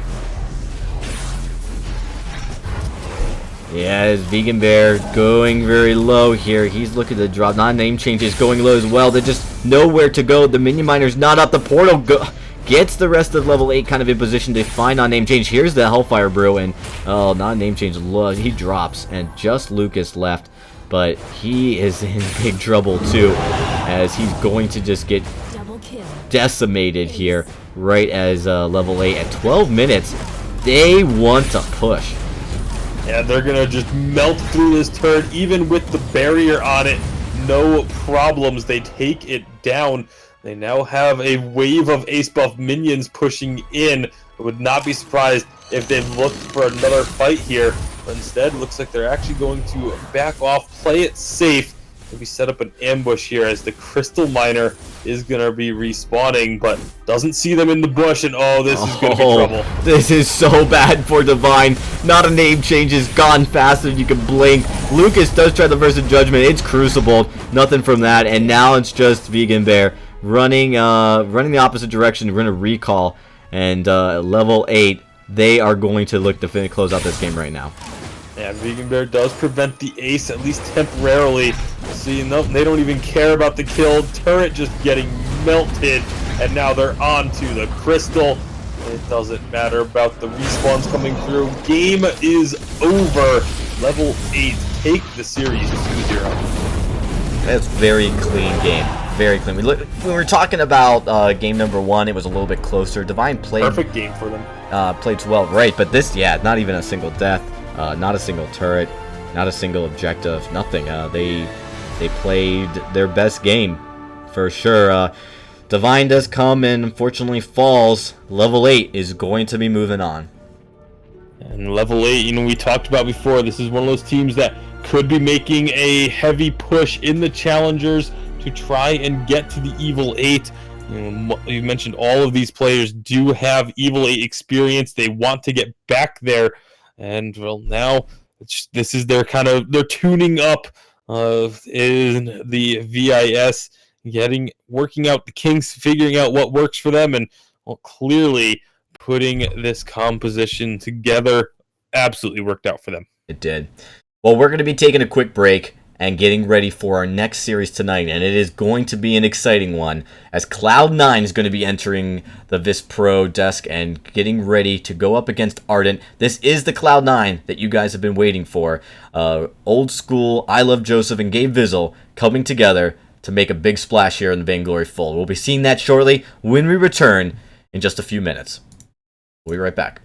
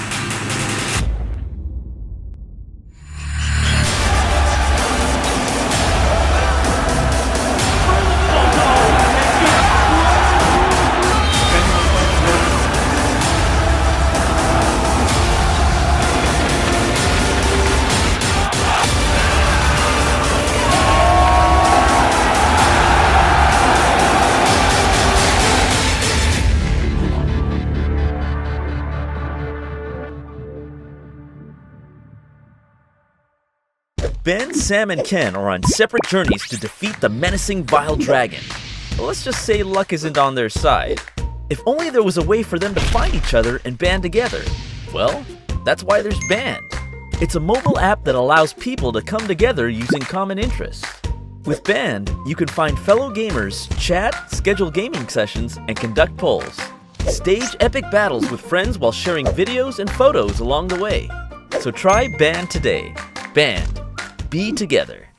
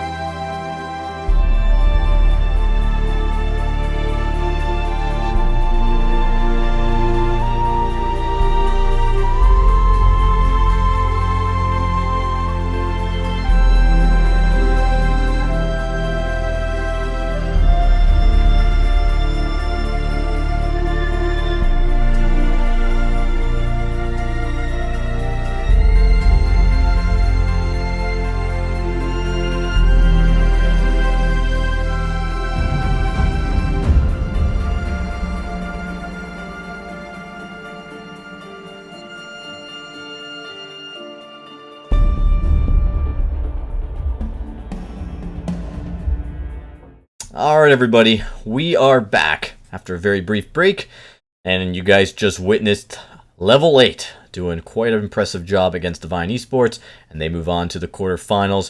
But the next matchup is definitely one that we've been anticipating and excited for today, and that is Cloud9, their brand new roster, coming in today to face Ardent Esports. Ardent Gaming. So let's talk a little bit about that. Tasty, I don't know how closely you've been following this change. I'm sure out of everybody of the caster community this offseason, you've definitely had your eye peeled.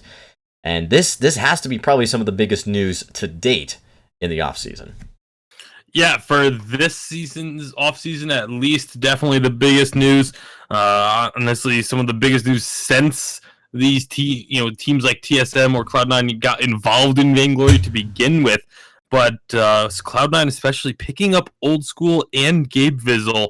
Those are two very big changes. Lost Boy Toff and Hardek, I assume, no longer with the team. I'm not sure if they're still there in any capacity, as subs or anything like that. But the three primary players now, a little bit of a change of faces there for the side of Cloud9, and looking to come together and form this sort of super team. We've seen Old School have immense success everywhere he's been. Gangstars, Phoenix, doesn't really seem to matter. Gabe Vizzle, everyone knows as one of the strongest roamers. Made the switch to jungle, jumped around from different teams, never really seemed to find a team that meshed perfectly with him, and now hoping that this will be his time with Cloud9. And it's kind of interesting because some of this roster shuffling was kind of starting to happen last season. At the end of summer, actually, Gabe Vizzle did announce that he was going to be going to Cloud9. There was some controversy there. It was right before they were going to go to the finals, and of course he was on Hammers. Hammers wasn't doing particularly well during that season, but he ended up playing and really helping Hammers quite a bit. It's Aloha switch to support role, and he played jungle. But he did say he was going to be going to Cloud9, and then he wasn't on the roster, right? So there was like a lot of interesting questions coming up about, well, where was he? What was his role? I Love Joseph was on that roster, but then as we went into the autumn season, he was playing less.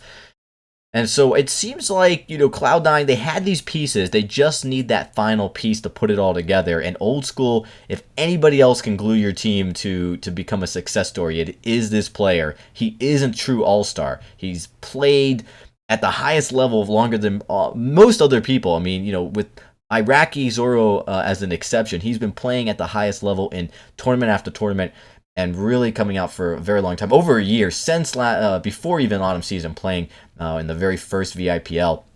And so this could be that secret sauce that Cloud9 needs to finally push through to the top three. Yeah, it'll be interesting to see if this team works out. Again, you have to just wonder, will they be able to mesh together? Will they have that synergy that you need to have in order to be a top team? But we get our first look at this roster here in VIS. Of course, we haven't really touched on Ardent either. This is a completely new look for the Ardent squad as well, as Ardent was in the Evil 8, unfortunately lost their challenge battle and were dropped out of the Evil 8, and have now had a bit of a shake-up as far as who is going to be representing them as well. A couple of names you may be unfamiliar with, but one that you may know as well, as Green Ranger is leading the new Ardent squad, a very popular streamer of Vainglory. Yeah, and Green Ranger definitely has been kind of in that Vainglorious tier for quite some time. One of the other members that, if you've been really following the competitive scene, you would know is Laid to Rest. He was formerly on Team Beta for at least a small amount of time during the roster in some of the earlier Challenger series, actually. And he kind of came back into the competitive scene, leaving Beta, coming over here to Ardent. So with that, though, the drafts are in, and we will be jumping into game number 1 between Cloud9 and Ardent Gaming. So we are just putting in the bands and moving quickly into this game number 1. Some interesting bands, actually, right off, and I'll talk about them in just a second as we jump in here, because this definitely is going to be an exciting draft to kind of witness. One of the big surprises is that we took a look at is, we did have the Lance ban, the Pedal gets banned as well. Still surprising to see this a Pedal ban, although we still see definitely it's a pick in the right circumstances can be very potent. Yeah, Ringo, I believe, was also banned away. And so looking at the compositions now, I do have to say I favor the draft a little bit of the side of Cloud9. Having the Sky, I feel like, is incredibly strong still, even on 1.21, even after the nerfs that she received to, especially to the weapon path. I still feel like Sky is incredibly strong, and you pair that up with the Vox, and then you have Catherine to sort of help deal with the Samuel. Samuel's going to be doing a lot of AoE damage, means he's not going to be able to avoid hitting that bubble of the Catherine. So there's could be some serious damage reflection going on by Gabe Vizzle, and of course the reflexes of these players on Cloud9 are one of the things that we always talk about quite a bit. So let's see how well they do here up against this new Ardent Gaming as well. I do like, though, the hero composition from Ardent. I mean, I like the Samuel. We've seen him played so extensively. I like seeing the Gwen still. There's a lot of crowd control and positioning you get from a Gwen that can be really advantageous throughout the entire game. And, of course, Ardent is going to kind of help you deal with some of that pressure, right? It can give you those Vanguards to help reposition your team, and of course a Gauntlet at the right place at the right time can be a huge difference. So I'm really excited to see how they play in. I do like the composition, but when we look at the mechanical skill and the pedigree of Cloud9, they just are known to be on a whole nother level than the rest of the competitive scene. If they show up tonight, if they're starting to already mesh, this is definitely going to be a hard matchup for Ardent. Extremely interesting here to see. Neither team wanted to go for that early 3-on-3 fight down in the middle of the map, and so neither team actually starts off that Ancient Treant at the jungle shop. It goes untouched through this first rotation. So it really curious to me that neither side actually wanted to go for it. Yeah, it just seems like maybe they wanted to play the lane a little bit more. I Love Joseph, known to being very aggressive, just focusing on his standard rotation at this point, not doing anything fancy, not counter jungling either. So what it means is ultimately the first couple minutes things are fairly quiet and even, which is something that we can say hasn't really happened all too often. But it does mean that Old School looking to make sure he goes up to the lane quickly, not to lose out on any jungling or farm whatsoever. And allowing Late to Rest already, be able to kind of farm uncontested is definitely something you want to be able to see. Yeah, it's just very strange that both teams, neither team even checked the tree. It was like both teams just assumed, oh, the other team is going to be going for it. We don't want to get involved in that 3-on-3 fight, so we'll just let it go. But it just happened to be that both teams did that. Now we do see Cloud9 are going to be the ones to go after this Treant this time around. Also grabbing those forward shop camps. It's going to be a lot of damage taken. Here comes Ardent just in time to try and stop this, but they are not going to be able to do so. It is going to be a lot of gold going over to Cloud9, narrowly avoiding falling there is I Love Joseph, as that was Ardent looking for that first blood.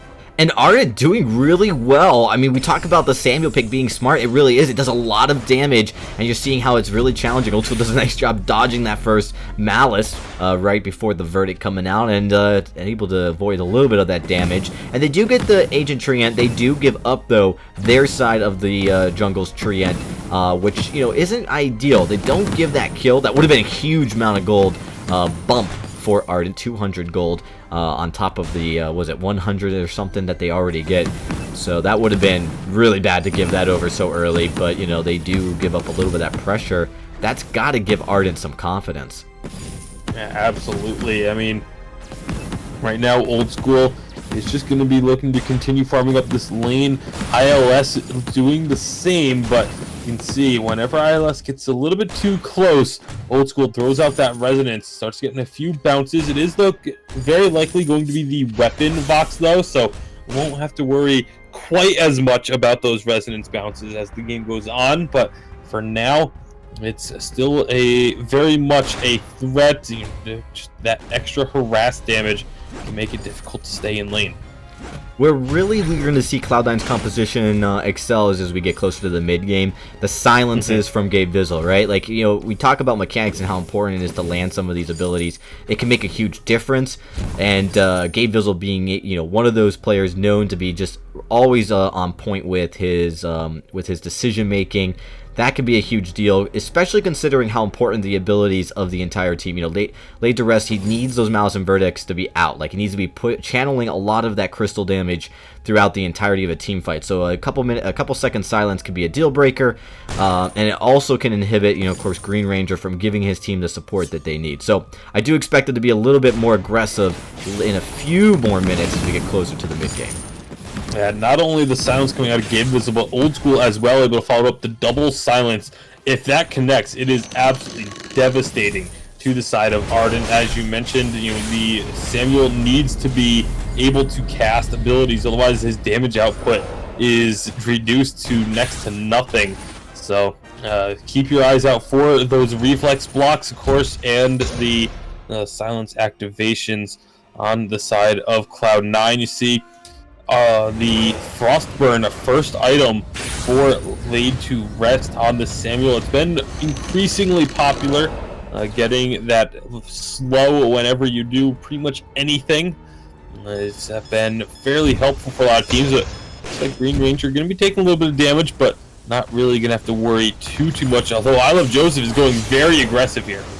Yeah, he wants to land a couple of that. Oh, nice death from above. Zones out all of Ardent. I don't even think they saw it for a good chunk because of just the position of it, and they take a good chunk of damage. Laid to Rest does a lot of damage on the Samuel, but almost all the members of Ardent were near half health for a good chunk of that fight. As yeah, I Love Joseph just doing a lot of work on this guy, and really nice heads-up positioning there with that death from above. And constantly throwing out this Suri Strike, trying to harass. It is a Crystal Sky, so that means that the forward barrage is still doing a ton of damage. And right now, looks like Cloud9 just trying to put pressure onto this lane, get a little bit of damage onto the Gwen as well. Here comes Laid to Rest.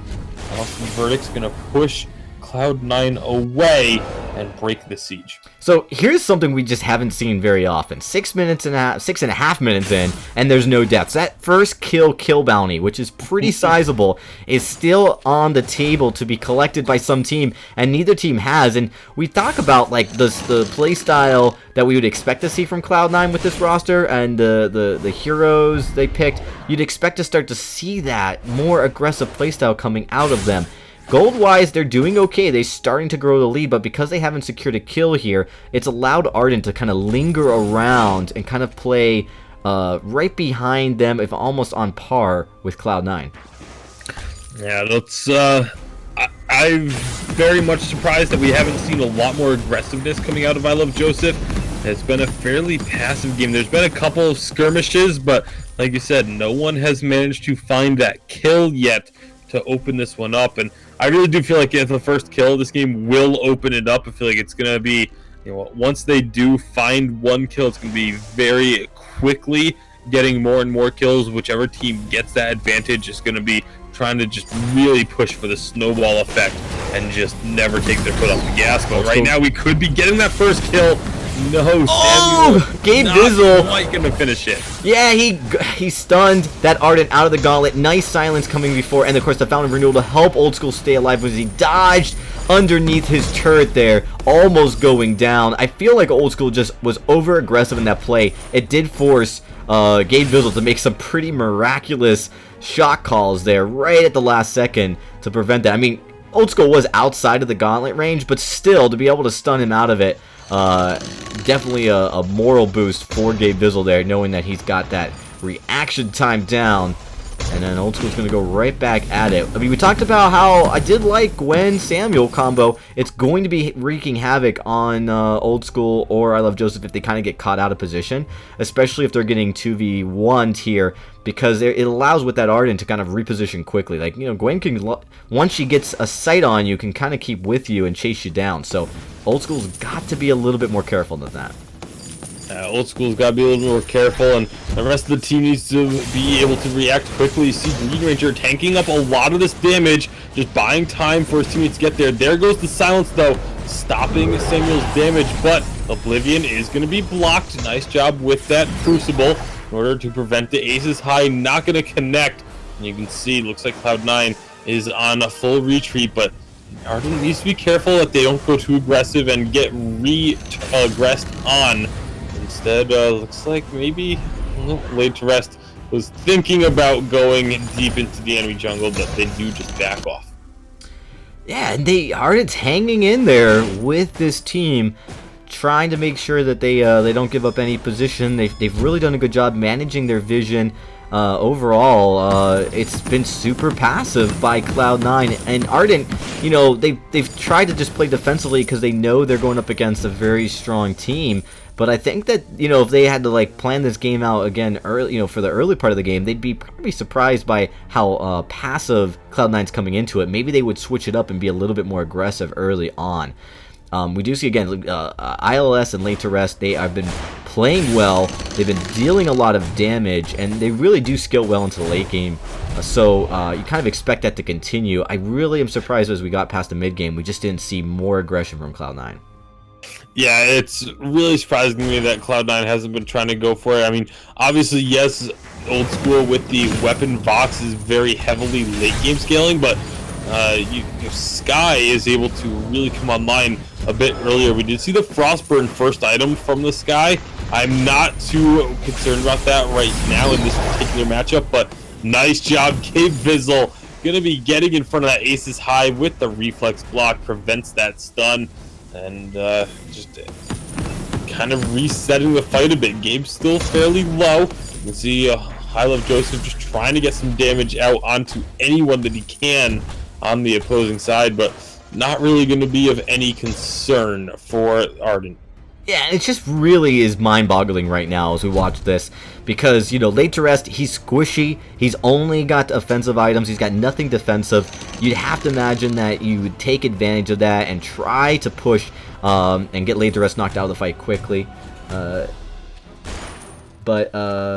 It's just really a challenge.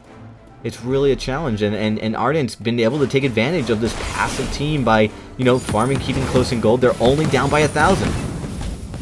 Yeah, not a severe deficit at all, but another fight breaking out, another nice wait for it. This time it looks like Isla Joseph has the angles, getting a lot of damage in.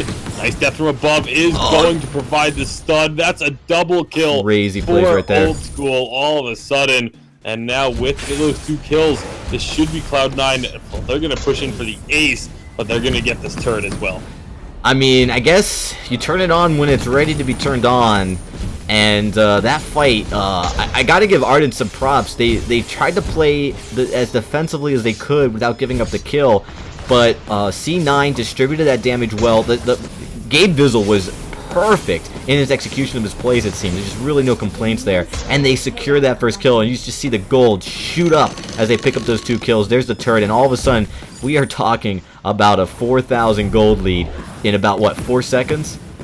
Yeah, something like that. It had been, you know, 1,000 gold lead for the longest time, but all of a sudden, just breaking those floodgates open. First blood, 2 more kills, that ace and the turret going over. Not to mention the gold miner picked up. It is just a massive swing in favor of Cloud9. And this is not what Ardent wanted to have to deal with. They probably felt pretty good for the first 10 minutes of this match, saying, oh my goodness, we are going toe-to-toe. Cloud9 just waiting for the right moment. Everybody executing perfectly. Gabe Vizzle has just been really good here in his debut on this roster by keeping his team alive, making sure that he is in the way of any annoying, pesky crowd control. The death from above from I Love Joseph, I do believe, is what stunned Ardent out of his gauntlet. Again, Green Ranger, 2 for 2, not able to commit onto these gauntlets by getting stunned out of them. Yeah, he's going to have that crawling up again in just a couple seconds. We'll see if he can get one down in an effective location. Now it looks like Laid to Rest going to have to just watch his mid-Trient get stolen away once more. You see the infusion coming out, level 10 infusion for ILS. and maybe going to be a sign that Ardent does still want to be the ones trying to be the aggressors.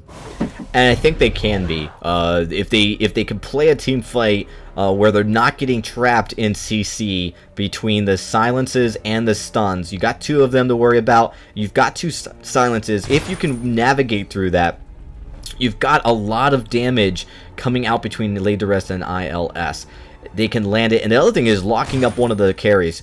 Gabe Vizzle has been playing very, very well, preventing any stuns on his teammates, making sure that they are able to execute their game as they want. So that's just been the challenge for Ardent. They need to be able to get kind of a lucky break because it's definitely skill that's been preventing them from landing those crowd control abilities.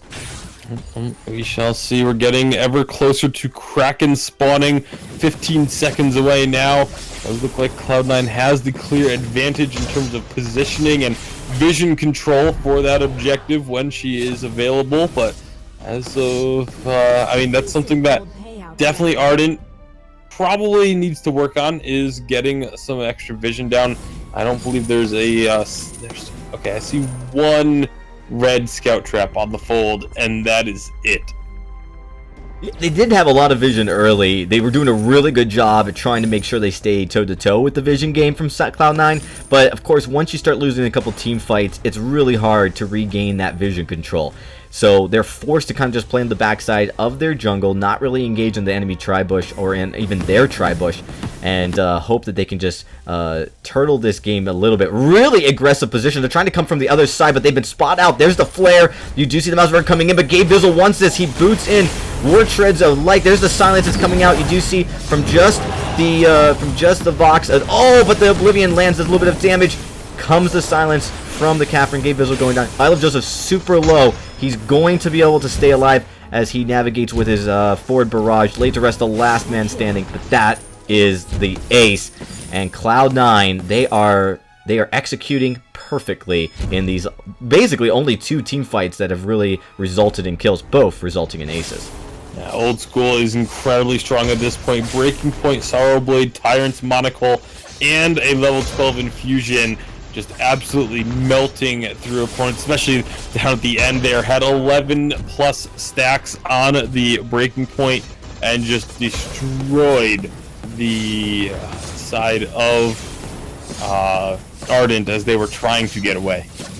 Oh, then they tried desperately. The War Treads were kind of that signal that Gabe Vizzle wanted this fight. This is what they wanted, and he was telling his team, no, let's not be passive anymore. We need to go in.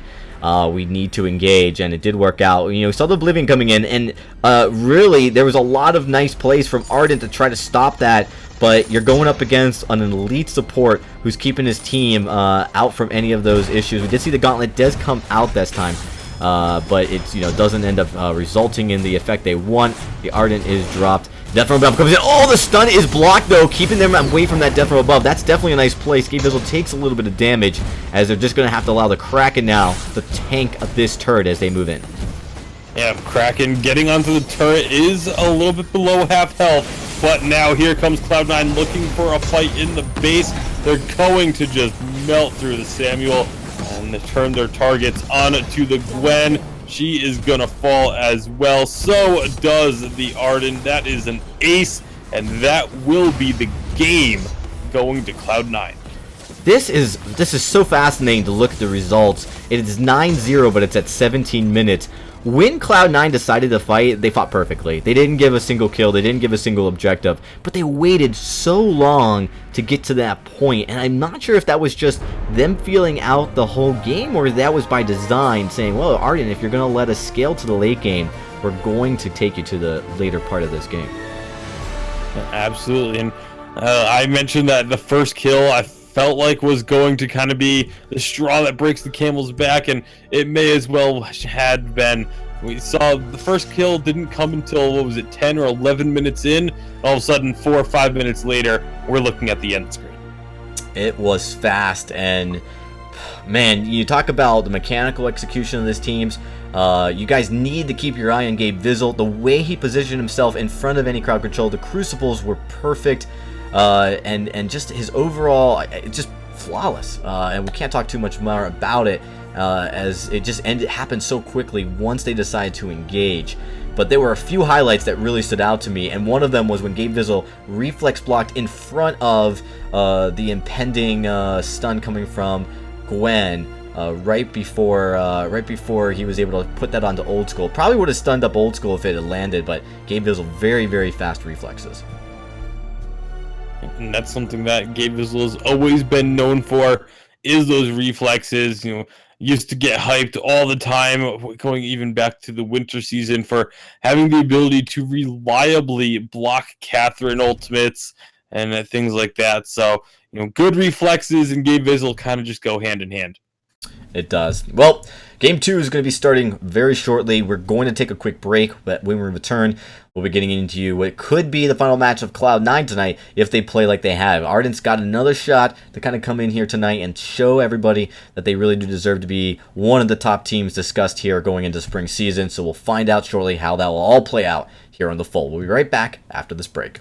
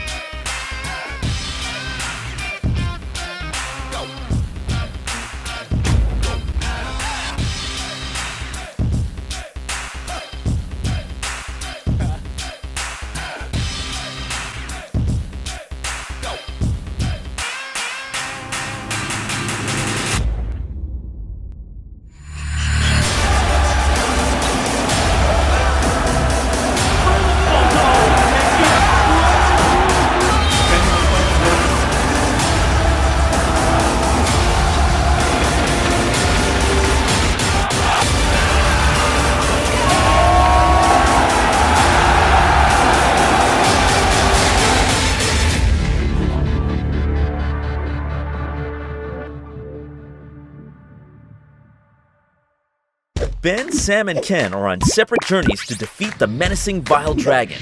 But let's just say luck isn't on their side. If only there was a way for them to find each other and band together. Well, that's why there's Band. It's a mobile app that allows people to come together using common interests. With Band, you can find fellow gamers, chat, schedule gaming sessions, and conduct polls. Stage epic battles with friends while sharing videos and photos along the way. So try Band today. Band. Be together.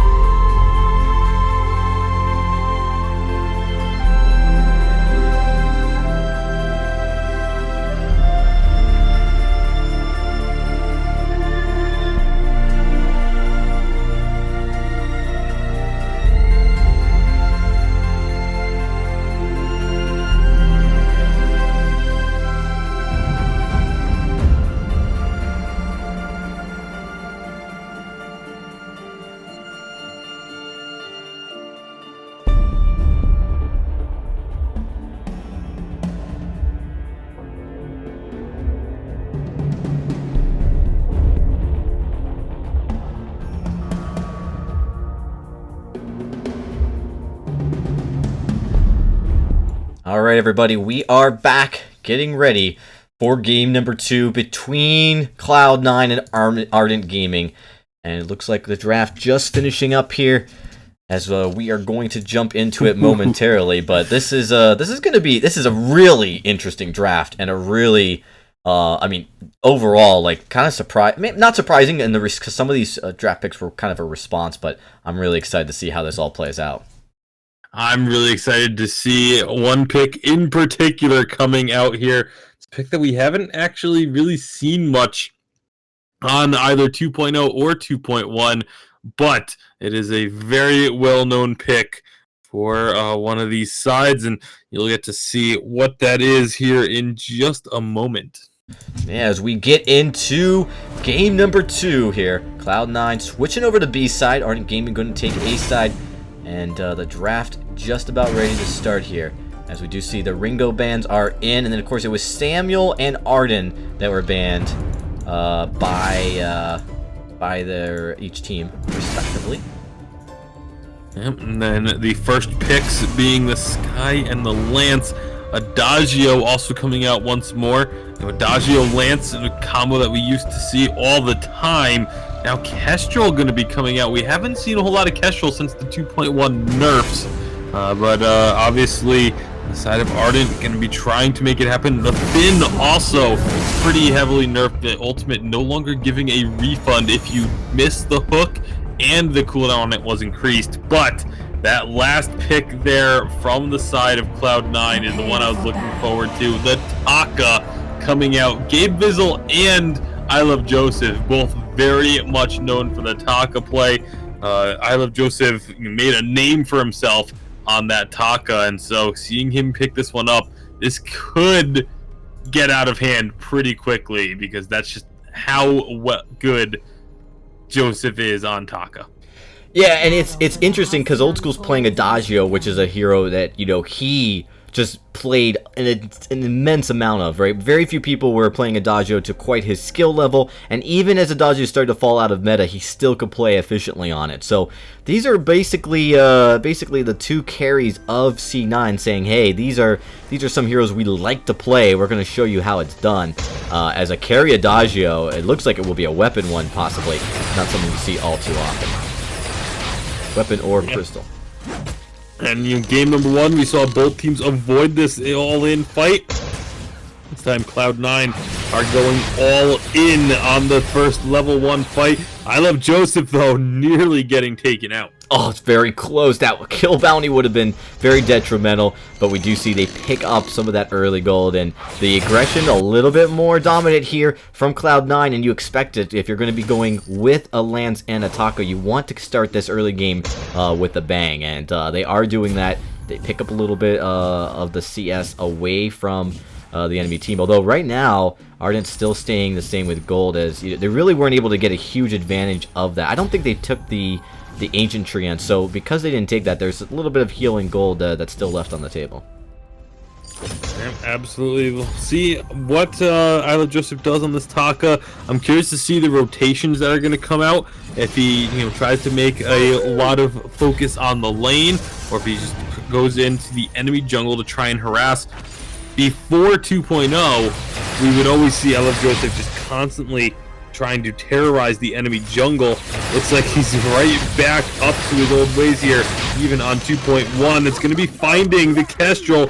Nice play there from Gabe Vizzle in order to secure the kill. Yeah, Gabe Vizzle takes actually a bit of a root and some of that damage to help ensure that I Love Joseph sticks around. But nice, gets the wall, gets that stun early. And we see another kill going. This could be Green Ranger. It'll be 3 men all killed again. It's not the ace that we saw, but it is all 3 members of Ardent going down quickly. And the aggression now is coming out right away from Cloud9.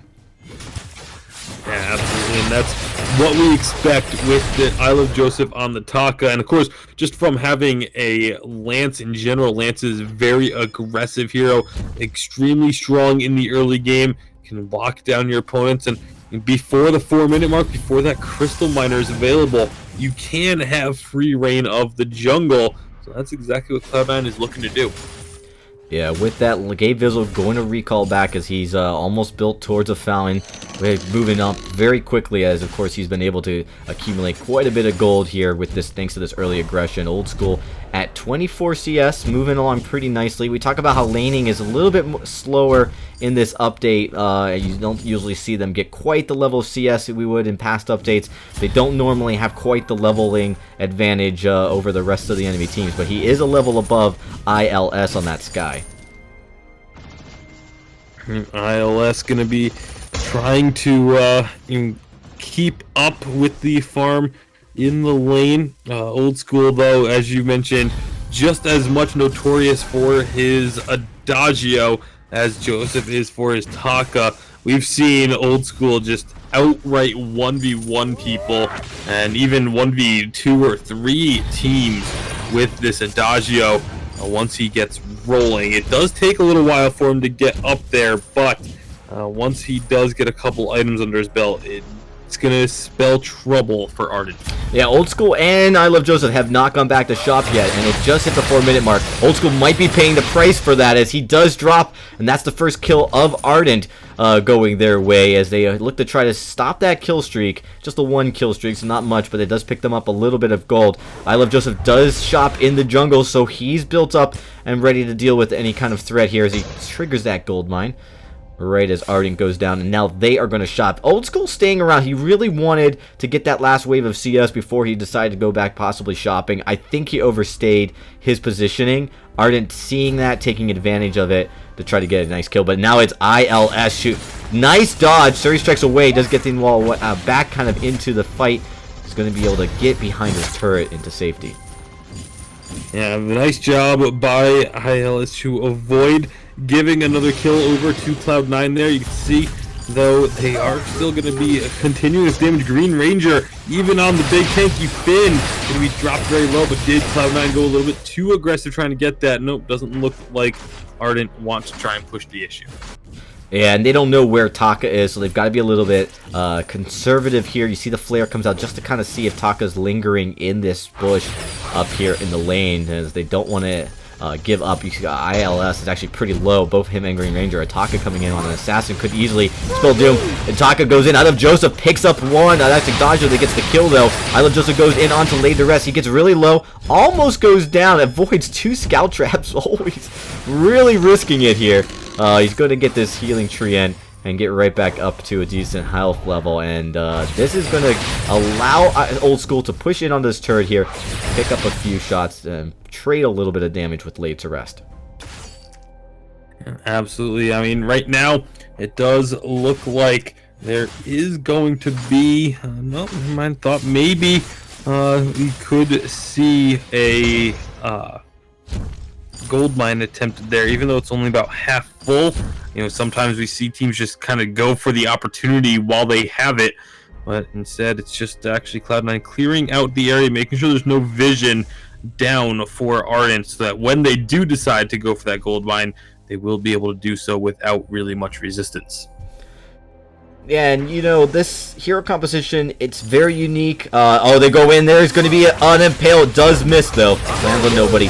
But the engagement does occur here. A little bit of damage on both sides traded. I Love Joseph and Old School taking a little bit more than Ardent, as they're going to have to disengage from that.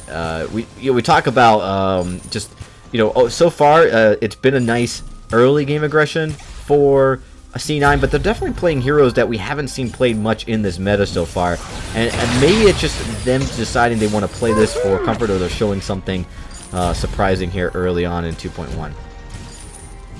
Well, thus far it is working out for them. They haven't been able to push in onto that first turret just yet, but setting on 5 kills. I Love Joseph again, going to be trying to play a little aggressive, but gets spotted out immediately, just pops that Kaku and ducks away.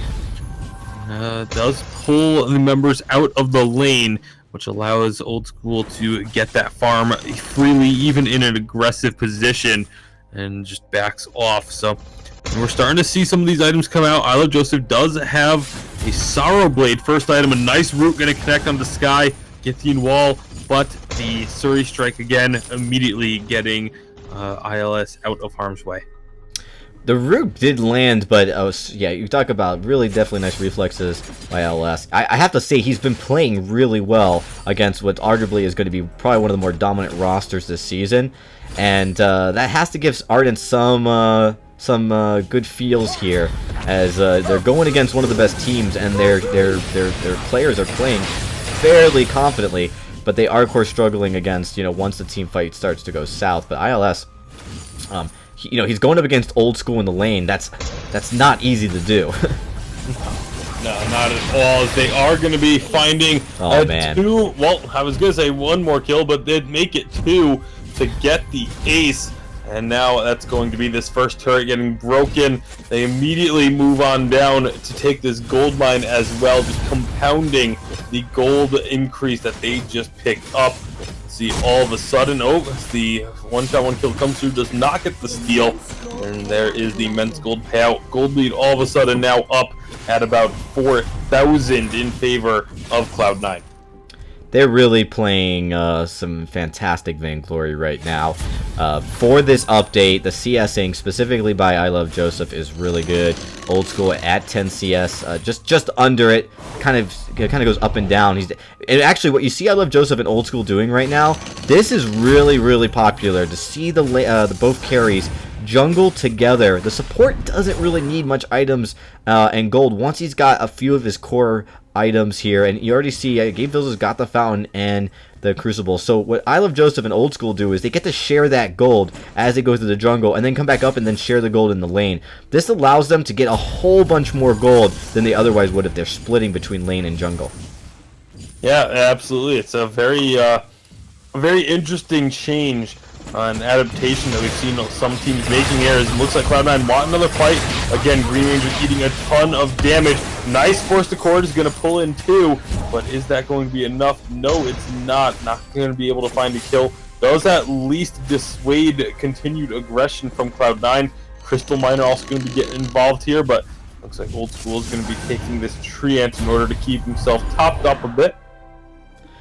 They've been able to kind of rotate, taking that tree, and it's actually amazing how close in CS Late to Rest and ILS are, because you look at how aggressive they've been playing the jungle and moving freely. It's going to be that close. Kill is going to be coming out. Ardent's ILS goes down. He gets caught out, and now I Love Joseph dealing with just the harass from Gabe Vizzle as Taka comes sweeping in to finish off that kill. It's just Finn left in, but Old School's got that. That's another ace, and you would talk about just how many incredible plays C9's made these last two games.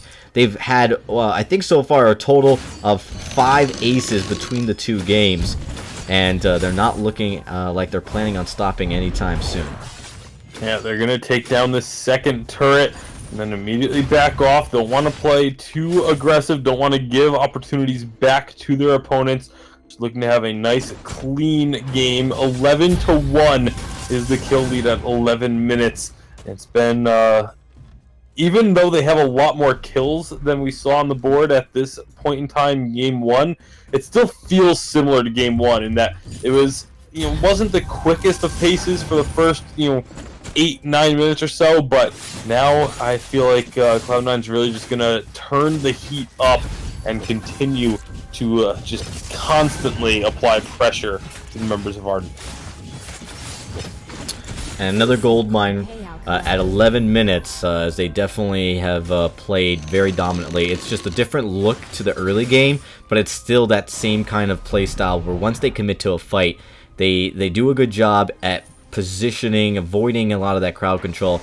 We actually seen them have to disengage from a few fights this time around, as they've had to kind of fend off some of that damage from the sky. And but they doesn't really seem to give them any issues when they realize a fight's not going their way or they're not going to be able to ace. They just move away, go and focus on clearing out the enemy's jungle as they're doing right now. And they even go ahead and take out that Crystal Miner as well.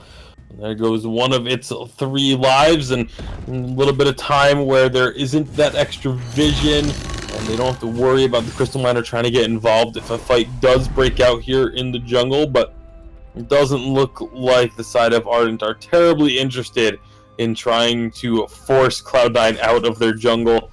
Then we are going to be sitting at just about 13 minutes, 2 more minutes or so until the Kraken spawns. And you got to assume that Cloud9, if they can't find an ace here, they're probably just going to wait this out for that Kraken to spawn. But they're going aggressive once again. Not quite going to get the kill. Nice foot will pull in Gabe Bizzle, but he's already gotten himself out of there. Dodges the one shot, and everyone from Cloud9 does survive. Oh yeah, and you gotta have to imagine how aggressive Cloud9 was to not have a single kill, going really close, right within range of turret, to try to pick up one. Ardent doing a good job at preventing any kills. A single kill would have probably started an avalanche, where Cloud9 would have just completely dived that turret to finish off and complete the ace. But, you know, they're able to stay alive, doing a decent amount of damage. Catching Gabe Bizzle out. It's one of probably the first times we've seen Gabe Bizzle kind of locked in a position he wasn't comfortable with. He did get forced into that space right underneath the enemy's turret. But right now, Cloud9, they want to clear out this minion miner instantly.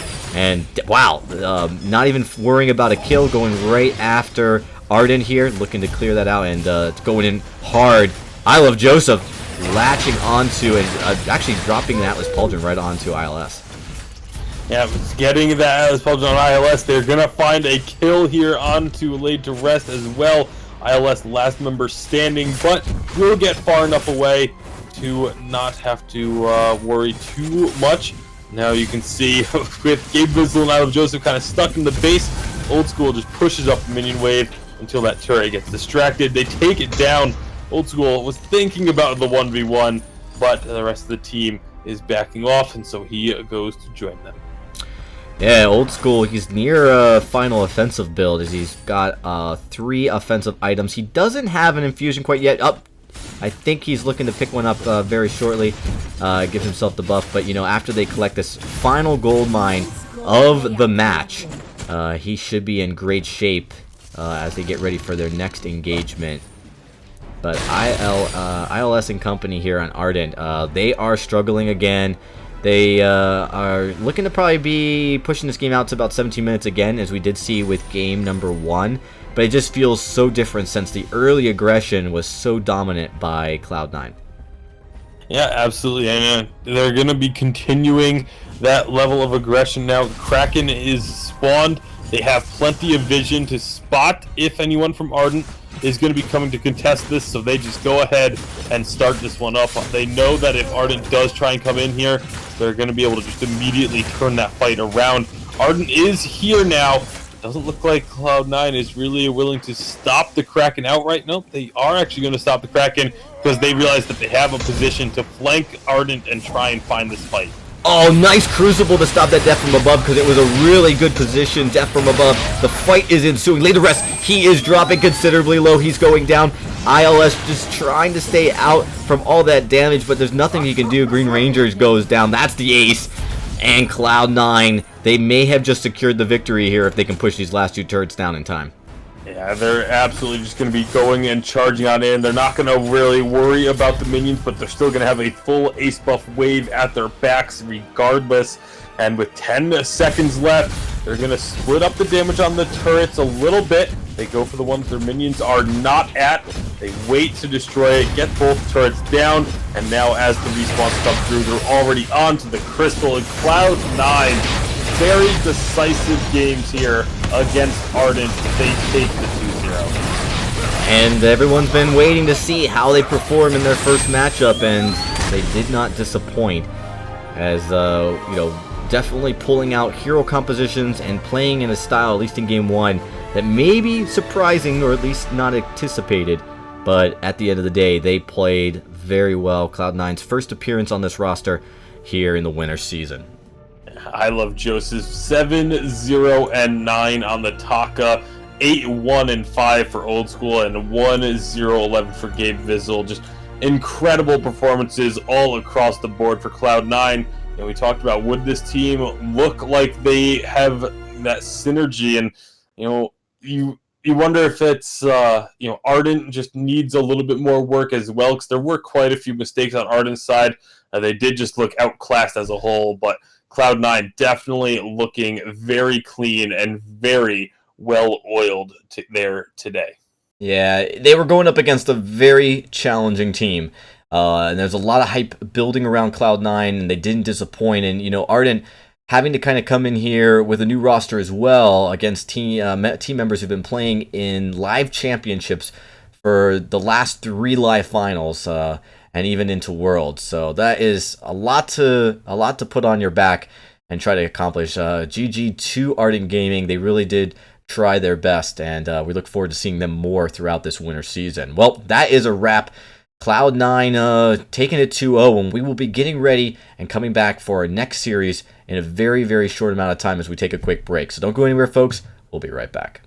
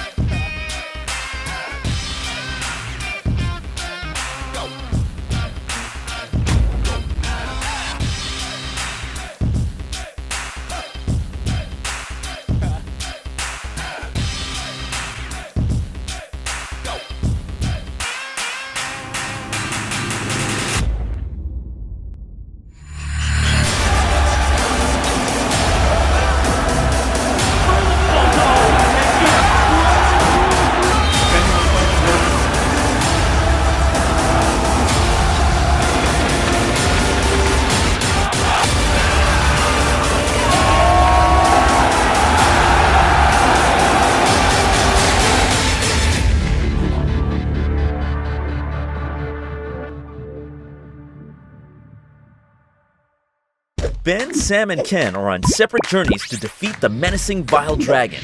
But let's just say luck isn't on their side. If only there was a way for them to find each other and band together. Well, that's why there's Band.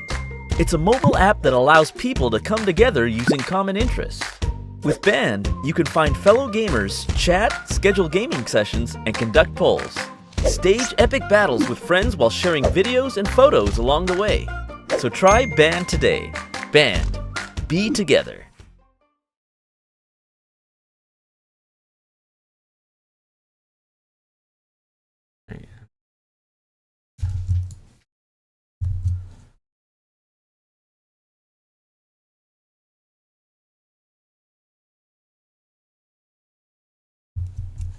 Shit, I need to...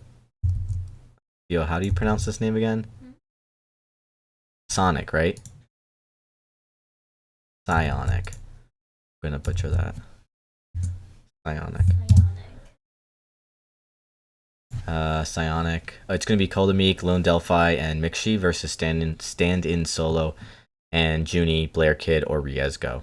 Not sure who is their sub and who's their starter.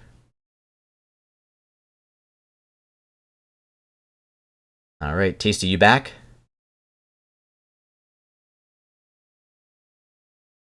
I'll wait till Tasty Bacon gets back, and then actually we could probably start the interview. Yeah, we'll start the interview. He doesn't need to be back for this, and then gives him some time, a little bit of time to take a break. All right, we're going live now.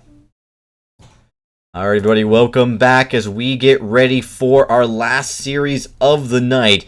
It's going to be MDC versus Psionic Trap, and this is going to be a matchup pretty exciting as we're seeing the reunion of some other players who played together for quite some time, Koldamik and Mixi, playing together after playing together on Team Solo Mid for a season or two, and that would be very exciting. But one of the matches we did not get to stream for you guys tonight was the Gangstars matchup versus Zonic, as there was a disqualification due to roster issues.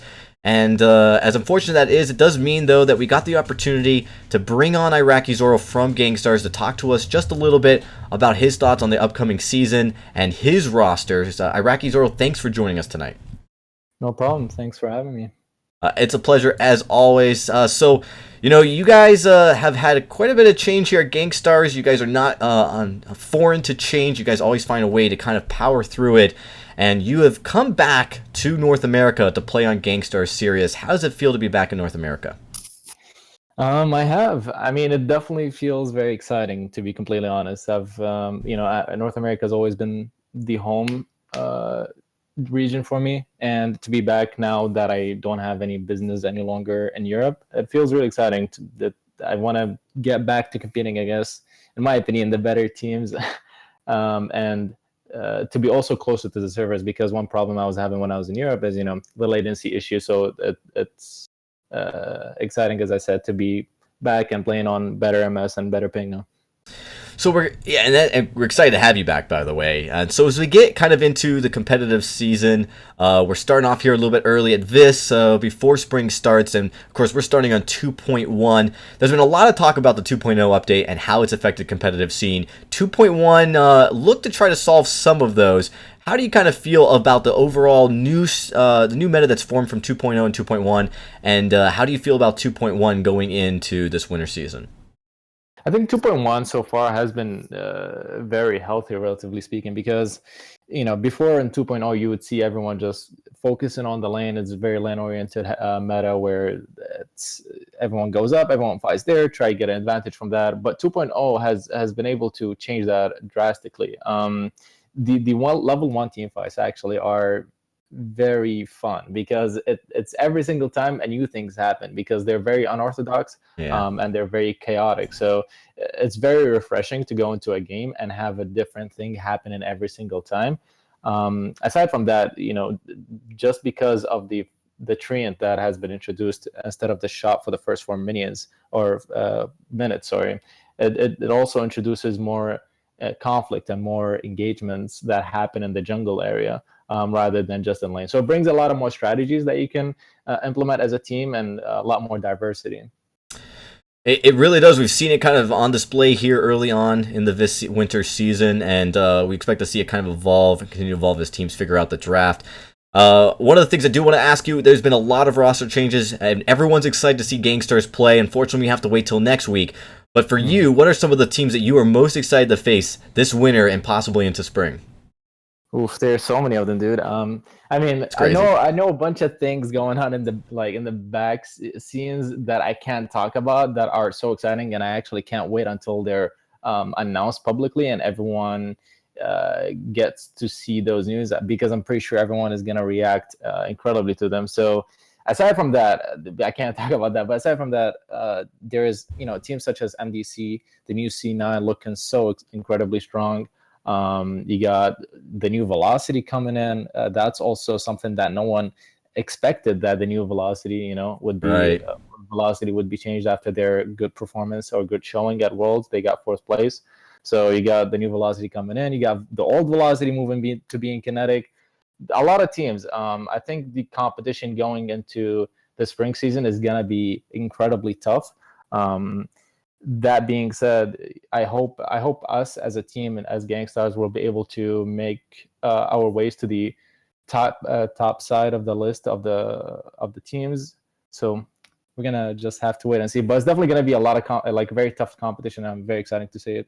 Yeah, and North America always seems to find a way to kind of rise to the top there. So thank you so much for joining us, Iraqi. It is always a pleasure, and good luck with your team next week in the quarterfinals.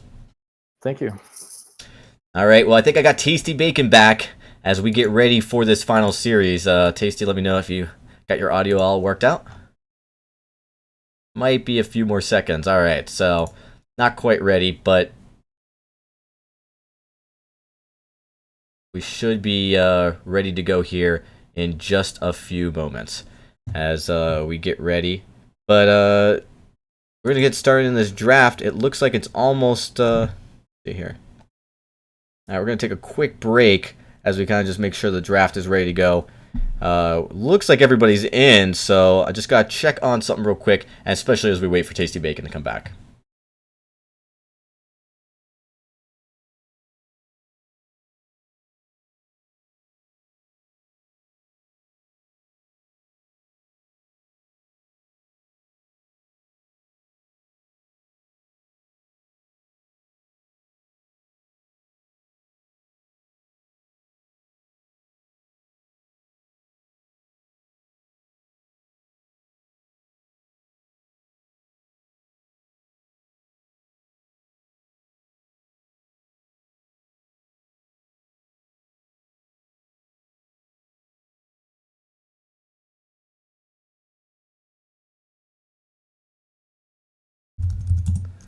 All right, I still think we're waiting for Tasty Bacon to come back.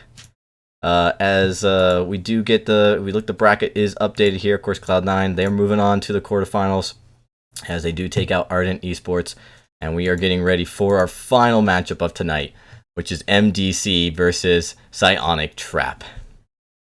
And it shouldn't be too much longer. It's starting to commence the banning phase, and it shouldn't take too much longer. So when we're gonna take a quick break here after that interview, and when we return, hopefully we'll be ready to get you right into game number 1 of this tournament. So don't go anywhere, folks. We'll be right back.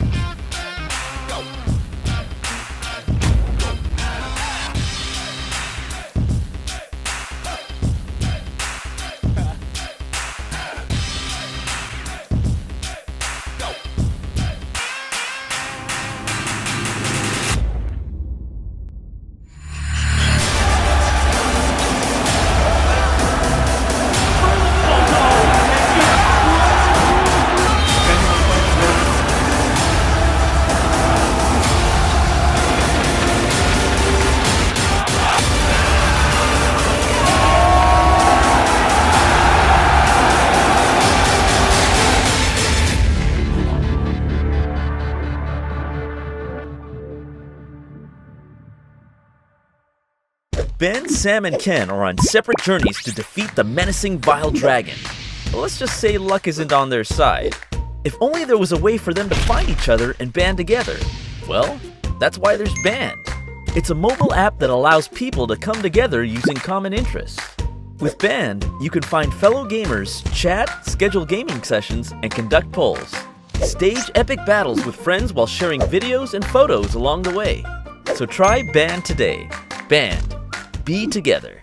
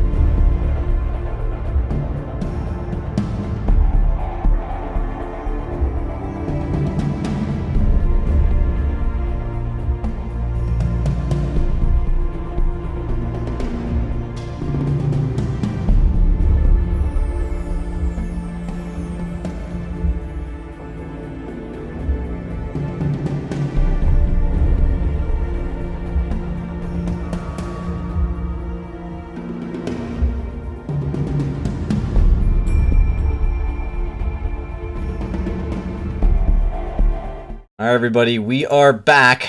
We are ready to get into the game. Not quite that ready. Almost ready. There we go. We're ready to get into the game. Might be getting a little jumpy here. We did have to deal with Tasty Bacon, our co-host and our co-caster.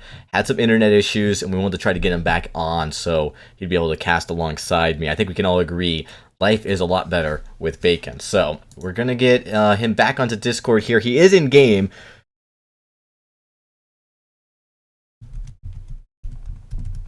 So he's in game. We'll be able to start, and then once he's able to connect to Discord, we'll be able to get him to chime in on what he's seeing.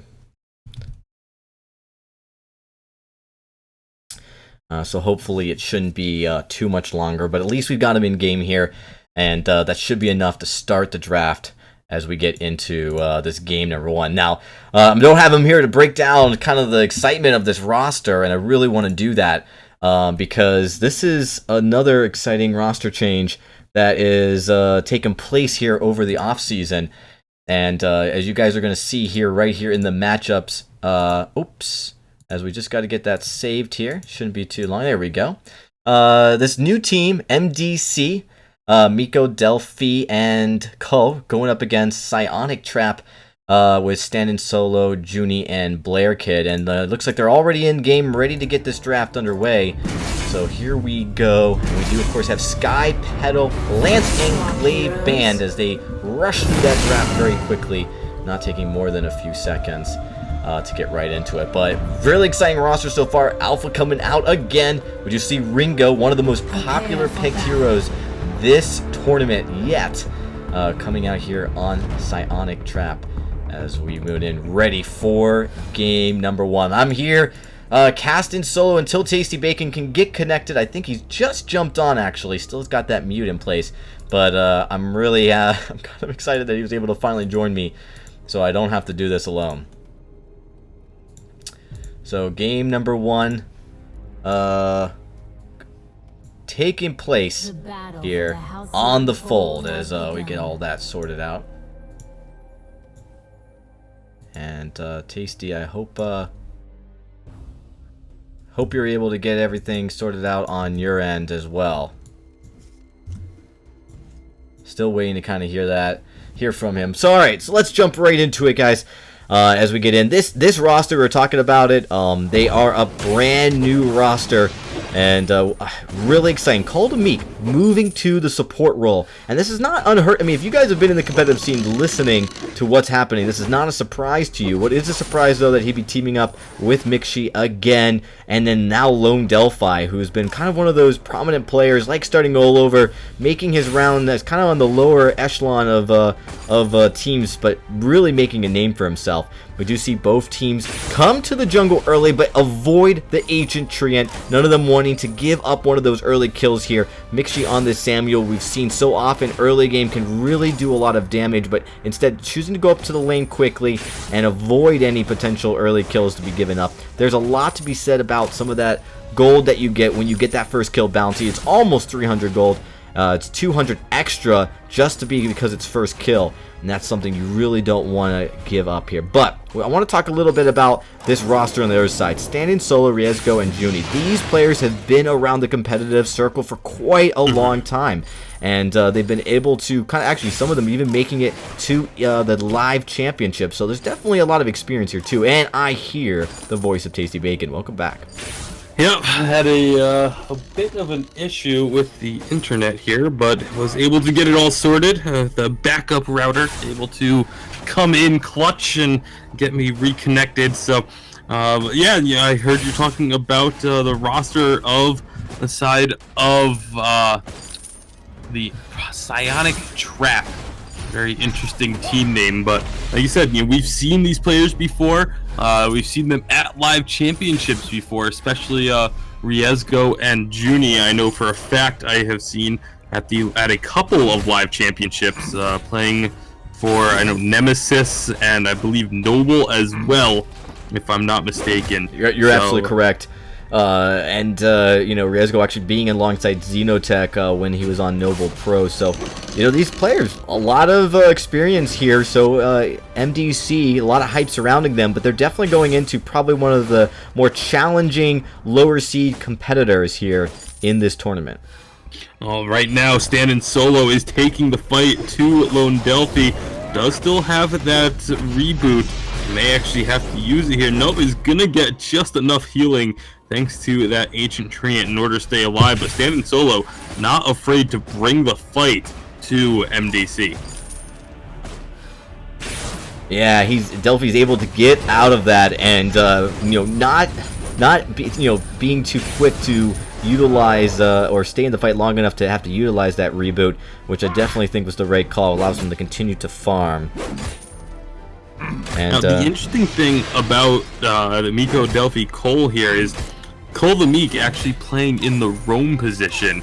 Obviously a player that made his name as a jungler for Gangstar Sirius, was one of the, if not the premier jungler in all of Vainglory for quite some time.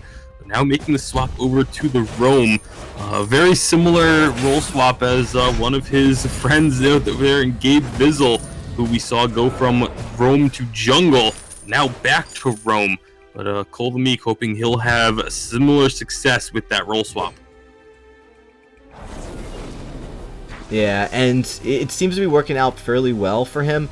I kind of mentioned it before as we were getting into this game, right as it was starting, that if you've been following closely the kind of news coming from these competitive players in these teams, it wasn't a surprise to hear that Cole Meek was switching to support. He started about a season ago, as he really wasn't playing on any competitive team going into Worlds, and he kind of made that transition then. But you'd had to really have had your ear to the ground to know that it was occurring, and it seems like it's something he's willing to stick with, as you see him right now playing support alongside two very strong, one being veteran, the other one being somewhat of a less veteran, at least to the highest level of the competitive scene. Now it's still not clear or known if how MDC will favor as we get into the spring season. Will they be actually able to get into the Evil 8 spot? There's an Evil 8 spot available that they might be able to slot into, given their roster and their experience. We'll definitely be excited to see that. But right now they're competing here on the Fold for the very first time. And, something we saw actually in that Cloud9 game is very passive playstyle from both teams, not looking to give up that first kill. And not looking to give the first kill, not much really, no chances being taken is really the best way to describe it, as both sides playing fairly safe. They are moving up, looking for opportunities to find that first blood, but not without, not in a way that puts themselves at risk. And so the end result is this, the sort of passive game. Although Cole the Meek taking quite a bit of damage here on the Ardent, is going to be able to get out. Nice rotation up from Stand Solo, but here's Lone Delphi as well. Oh yeah, and Lone going in, being able to put so much damage on the Standing Solo. Scout Trap is going to proc, taking Lone Delphi down to a pretty low level health, so he's going to back away. But Cole the Meek taking a lot of that early damage, but staying with his team and staying in the fight and not going down. That's so important to not give up unneeded, needless kills early on. And first blood going over to MDC, and that helps their gold advantage, looking just a little bit under 1,000 gold lead for MDC. Yeah, and I feel like actually the movement and positioning of MDC was what really helped that first blood happen. You saw Cole the Meek taking so much damage, backing out, going through that bottom brush. Even Finn on Riesgo decided to move in through that bottom brush. They didn't see anyone else there, and so they went hard for that kill. But Lone Delphi was actually sneaking up through the top into that top brush on the lane, and was able to make the surprise attack come out from there. You don't often see a gank come from the top side of the lane, but they were able to pull it off. Well, and he's playing Weapon Alpha, which is something we don't see all too often, so it's going to means that he's going to be able to deal a decent amount of sustained damage with those autos as he kind of just latches on to whatever carry he can get his his ability on. There is that forced accord that comes in. Mixi does be able to reflex block the stun from the Quibble. Goes in. There comes the gauntlet as Coldemix trying to trap in the Ringo. They're not able to continue fighting as the turret aggro. Too much to handle. Mixi going to have to contest with that Hellfire Brew. Oh, the Solar Storm came in, almost nicking him enough to bring him down to death, but he survives it. He had to use that reflex block actually early, which prevented him to kind of deal with that Hellfire Brew, but he is going to survive and get out of that fight. Yeah, very nice job by Junie and Standing Solo to both fire off those ultimates at the same time and both connect. Made it very close. Mixi was probably feeling pretty comfortable with his health after he got out of that fight, but then all of a sudden, you know, he's getting hit by both the Solar Storm and the Hellfire Brew, dropped him extremely low. Had to recall, but does mean he gets some items. Has that Eve of Harvest finished now, so is going to be doing plenty of damage. Very nearly getting that Broken Myth completed as well. Once he gets the Broken Myth, you gotta be careful because this Samuel can really start dishing out a ton of damage. Yeah, and you definitely want to see some reflex blocks though, because Riesgo has been very quick to use his Forced Accord. He's actually probably thinking about pulling it out soon as his team pushes up this lane, already pushing up to MDC's turret. And one kill is in favor of MDC, but right now it's a very close game. Just a 500 gold lead, a little bit above that now, as they look to try to gain some dominance. The Samuel in the lane playing a little bit more passive than you expect. A Samuel to play, the damage he has is quite substantial early game, but he's again opting to be a little bit more conservative, so not to give up needless kills. And Riesgo doing, I think Riesgo's really doing an impressive job here on the support role by making sure that he gives his carries some vision, by being very aggressive, pushing as far as he can without giving up a kill. So far looking very clean. Not a bad early start to Psionic here in the early part of this game. Yeah, they're staying very close. The gold lead has not increased dramatically since that first blood, and that's the only kill that has been picked up. You know, you mentioned Mixi playing a bit safe in the lane. A lot of that is just because of the risk of Standing Solo being in that bottom brush. Assuming the Hellfire Brew does get blocked, but now Mixi does not have a reflex block. And it's not really going to matter though, because with Junie Standing Solo recalling back to base, I don't think Psionic Trap is going to be looking for a fight, but perhaps Miko Delphi Cole will be. Yeah, well, he used a reflex block, but it was after the Forced Accord had been crucibled by Cole, so it wasn't like he had to worry about another massive CC coming in. Oh, but the stun almost hits. He's going to go down as Junie and Standing Solo attach themselves. It's actually that Frostburn by Standing Solo that does so much slow to kind of lock him in. Lone Delphi looking to come in. There's the Termination Protocol. He's going in. Junie's deleted as he explodes. He kills. That's a double kill for Alpha, and Lone Delphi looking to turn on the heat here on this weapon Alpha as he's coming in strong. It's just Riesgo left. Yeah, you don't often think of burst when you think weapon Alpha, but Lone Delphi able to make the plays happen, and now immediately going on to the turret. They want to get this destroyed. The minions are just barely within range. Riesgo did what he could to try and clear them out quickly enough, but it just did not happen. Turret is down, and that is going to be a nice chunk of gold going the way of MDC. All of a sudden, they're up by 2K. Yeah, this weapon Alpha is really doing a lot of damage. When you see him go in for using his B to go in, and as he activated that Termination Protocol, he did so much damage on that point of execution, and then he finishes it up with that pretty massive explosion. It's just a lot to handle. It's kind of like a 1-2 punch. It did help that the Samuel as well as the Ardent were able to poke down Psionic to a decent level to make that an instant kill for Lone Delphi. But man, it was very, very impressive. I think people should be watching how effective this weapon Alpha is. Yeah, I mean, Weapon Alpha has kind of continuously gotten buffs over the past few patches. Another Hellfire Brew, another block. There's the Crucible to prevent the Forced Accord from connecting. Very nicely done. The reflexes of MDC on point. I do hope that Mixi, Lone Delphi, and Cole the Meek do put their creative minds together a little bit more. Come up with a different team name, because I gotta say, Miko, Delphi, Cole, probably the least creative team name that we have seen in Vainglory. Yeah, maybe this name is set to change soon. Who knows? As there's always change happening in the fold. And this is the winter season. Rosters for the spring are going to be their own events as teams look to continue to advance and prepare for the competitive scene here. And again, we're very fortunate here at VIS to kind of get a preview of these rosters before any other event or tournament takes place.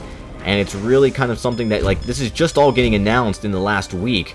And you're watching it play live in the fold right now. So MDC, they're playing well. Yeah, Cole's been doing a fantastic job. He needed to be on point with those crucibles. We saw right before he had his crucible that forced accord did land and it was causing havoc.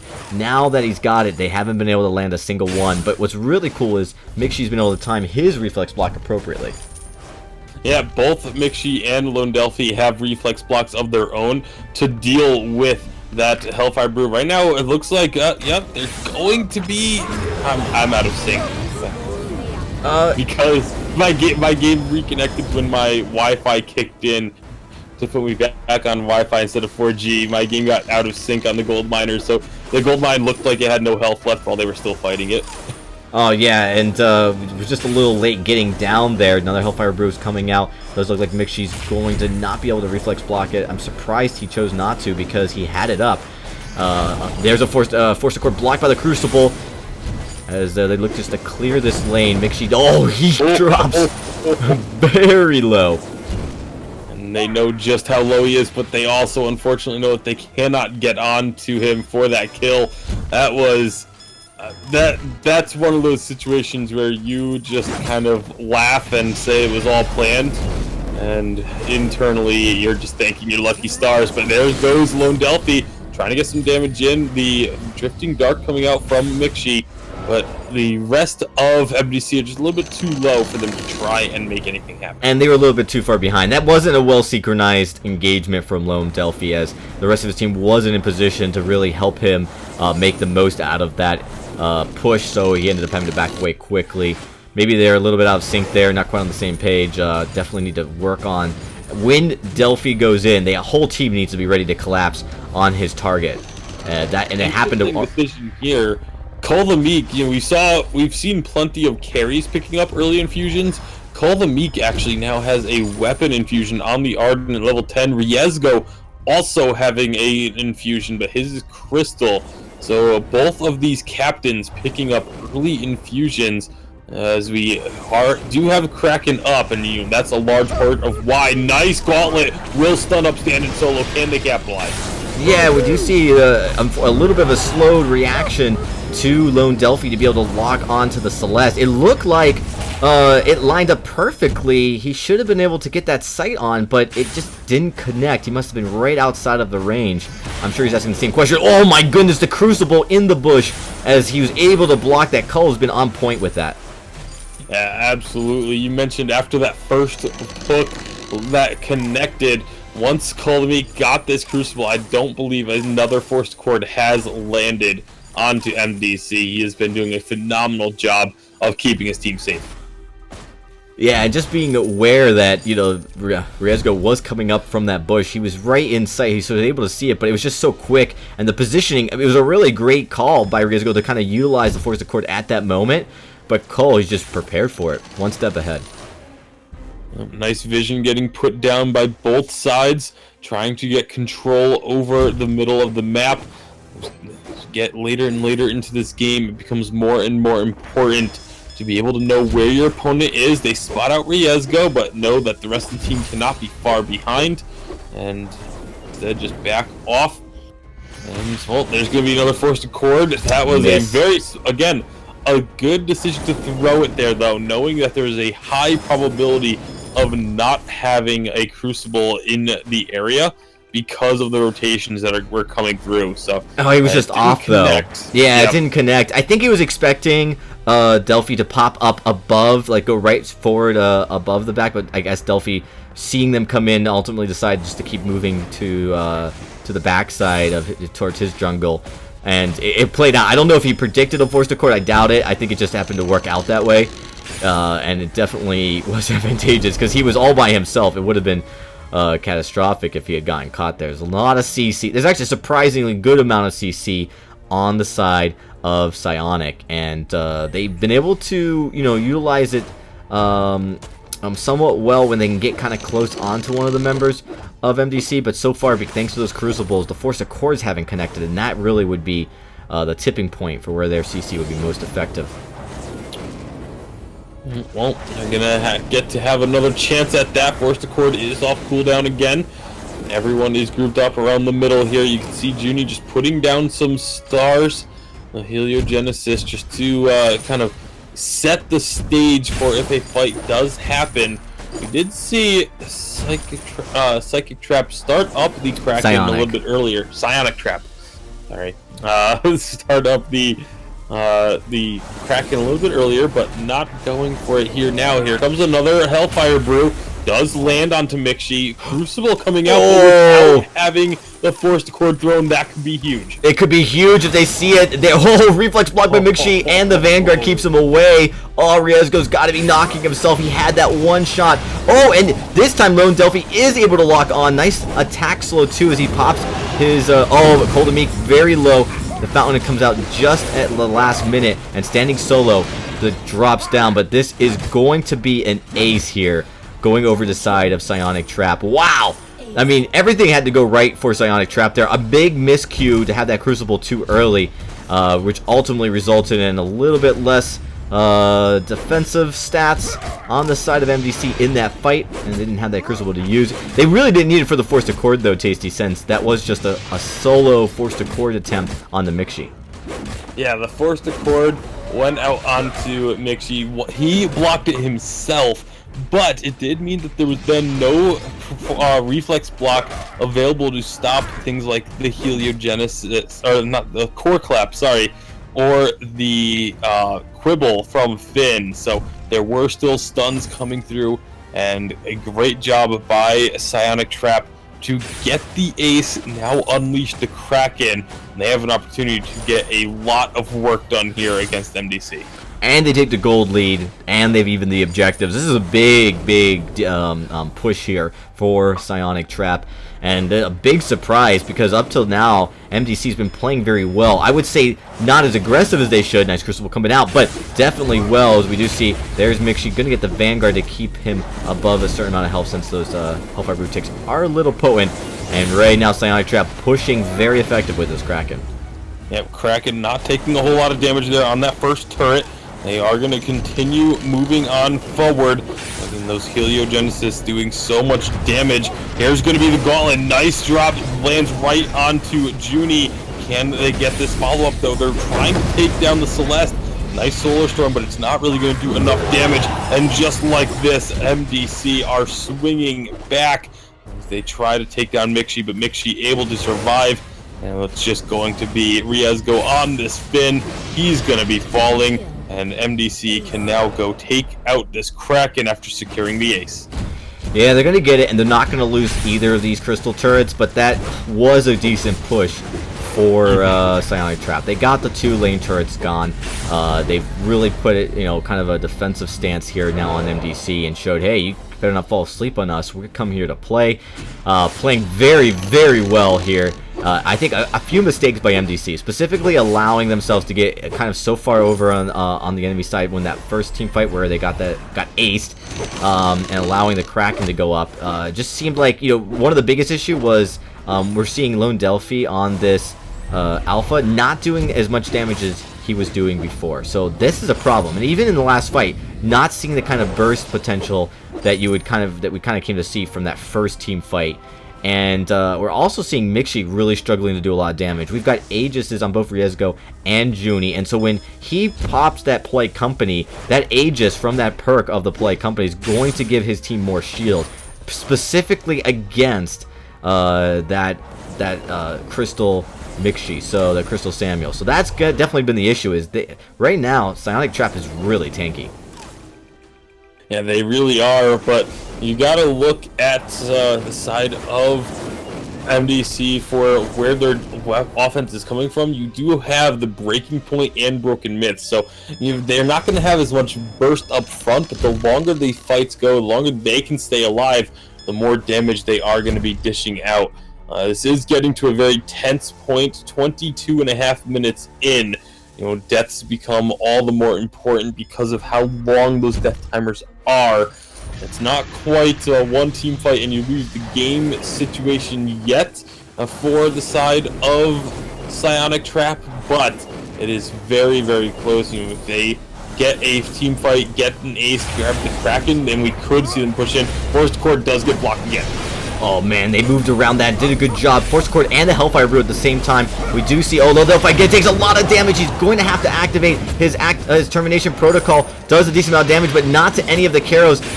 Junie and Standing Solo take him out. This is a huge fight for the side of Standing Solo, Riesgo and Junie as they're pushing in, looking to try to catch Mixi. Mixi doing so much damage, takes out Standing Solo. Now he's jumping onto Junie. Riesgo going to be trying to body block, but he doesn't get in front of Mixi, and Mixi gets onto the backside, takes out the Ringo, and now can turn his attention onto Riesgo. This should be an ace for MDC. What a turn in that fight. Early advantage going over to Psionic. They're able to secure that first kill, but they just can't take out Mixi. Mixi's moving away. Those Malice and Verdicts starting to finally stack. His broken misstacks were almost, I think they were maxed out at 7, so he was doing an insane amount of damage, and they weren't able to dodge it. I think they weren't thinking it was going to do as much damage, since when they're not stacked up, it's a little bit weaker. This is going to be a Kraken now going over to MDC. And a huge swing for them. Yeah, and you have to wonder if maybe they're getting they got a little bit too confident after the initial fight. Alpha jumps in. The disengage has been incredibly strong for the side of Psionic Trap. The Solar Storm goes through the Kraken, but a little bit too late.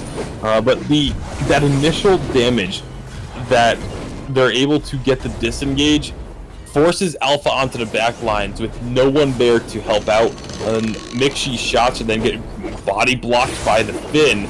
They get that kill on the Alpha, and it feels like they got a little bit too confident, and maybe not remembering or realizing that the entire time that's going on, yeah, Mixi is able to get the damage onto the back line, but he's getting those stacks of the brokenness that when he does finally get into a spot where he can hit that back line, they just melt. Another Hellfire Brew comes out, does a chunk of damage, but they're pushing effectively with this Kraken. They're looking to play it careful, very cautious, as the Hellfire Brew did take down Mixi and called the makeup quite a bit. We do see Lone Delphi going in hard onto Junie. Here comes the Oblivion, does put him to sleep, so Ringo does avoid death though right away as we see Coldamite go down.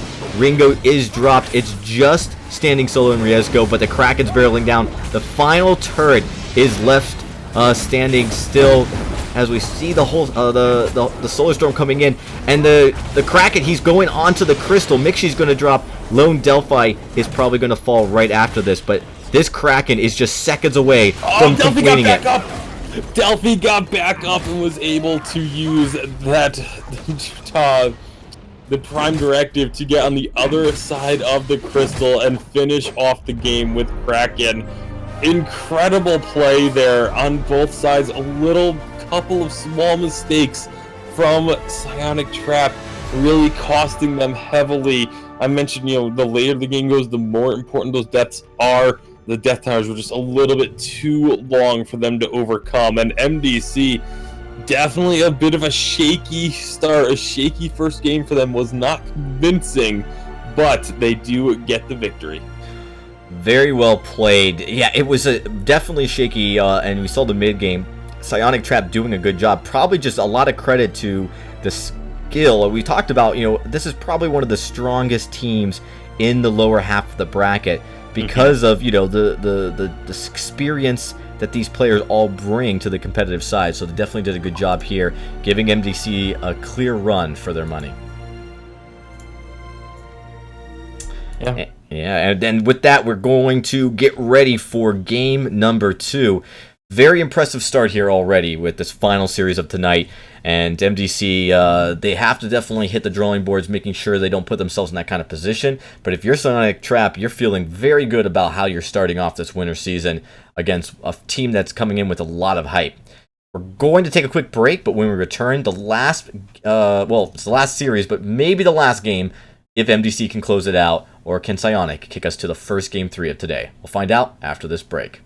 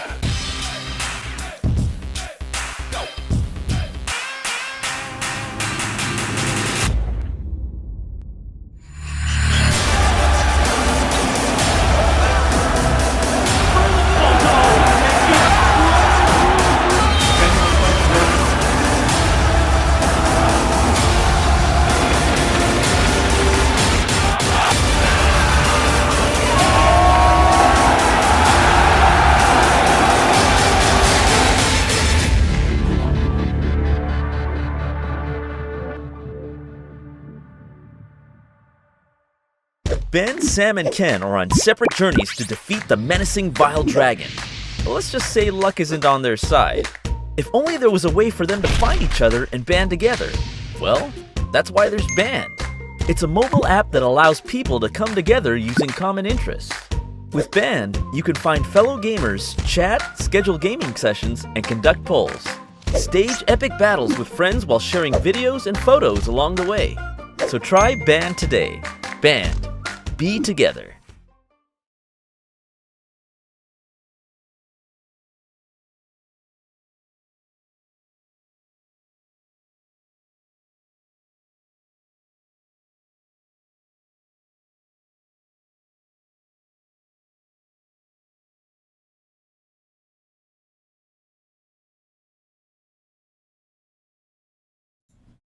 All right, everybody, we are back. Getting ready for what could be the final game. We'll see. This is, if any series was going to go to Game 3, I think it's going to be this one, Tasty. Yeah, it was, I thought there would be a chance in our first matchup of the night. You know, that was a battle of two teams that weren't really as well known, but it's this one as well, especially after seeing game number 1. This is the only one that I've really felt strongly that there is a good chance of going to game number 3. We'll have to see if the side of Psionic Trap can pull it off, or will MDC, play. I feel like they would have to play a little bit more solidly than they did in game number 1, at least for the first really 20 minutes of the game. It just didn't look like they were. I don't want to say they didn't look like they were on the same page, because they definitely did. Cold Meek was doing phenomenal things with the reflex blocks and the crucibles, but the team just wasn't really playing their composition the way like it feels like they should have. And yeah, it did feel a little off. They, mechanically seemed sound. The team fighting, there was a couple times we talked about it where Delphi would go in, the rest of his team wasn't in the right position to back him up, so he'd have to back away. There was a couple times when they did kind of go in, but some of the abilities weren't landing correctly. We saw, for instance, Delphi would try to go in, use his B, but it wouldn't connect with the hero he was anticipating, or connect with the support instead. And so that kind of slowed down their ability to lock onto the carries. I mean, when it did work, when the Celeste or Ringo was picked out right away, it looked great. And that's when MDC really started turning up late game, was when they were able to execute a little bit more consistently onto one of the carries, either Ringo or to Celeste. And we saw, of course, what was really interesting was kind of the alpha play. It was a weapon alpha, had a lot of defense, and it really, once he locked on, he would use that Shiver Steel and the Atlas Pauldron onto like the Ringo. That would really make Ringo almost useless for a good couple seconds in that fight. Couldn't move, didn't have a lot of attack speed. And when that played out that way, when that worked, it looked like the team fights would go in their favor. When they were a little bit out of position and they couldn't land those Atlases or maybe the slows onto the carries, that was when we saw Psionic Trap, do a little bit better in those team fights. Yeah, absolutely. And we are getting through the draft in the chat, very nearly finished. Very close. And we got a couple of interesting bans, at least. The picks aren't quite as surprising yet, but we'll have to see what these final couple picks are. But yeah, I would definitely like to see MDC play a little bit more aggressive when it's... I mean, it was kind of obvious that they had an advantage, but they just never really took advantage. Well, they didn't take advantage of their advantage, but that was exactly kind of what was happening. Yeah, it's part of that feeling as you kind of start the synergy with the new team, where you've got to time everything together correctly. There is an order for which you do things, and MDC actually nailed it near the end, right? They would start to engage in with the Ardent going in. Delphi, you would see the gauntlet go down first. Delphi would be able to lock onto one of the carries and utilize the Atlas or the Shiver Steel or both onto one of those carries right as the stuns are all proccing, right as you see Samuel dropping in Oblivion. You know, they started to time that better. And when that happened, that's when we saw MDC play their best, right? And they got a lot better. They won the game that way. So oh man, real exciting hero pick coming out from MDC here. This is really nice.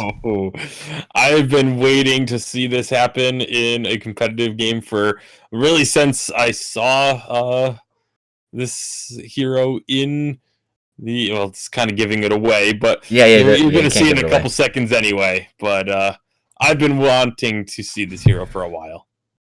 Same. So this is actually the first competitive match I recall seeing this hero played, so this will be kind of exciting. We're going to get to it in just a second as we get it sorted out, but the draft is done, and we will be jumping into it in just a few seconds.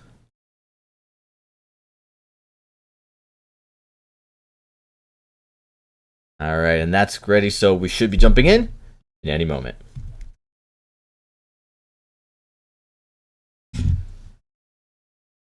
And game number 2 of this best of 3 series between MDC and Psionic starts now.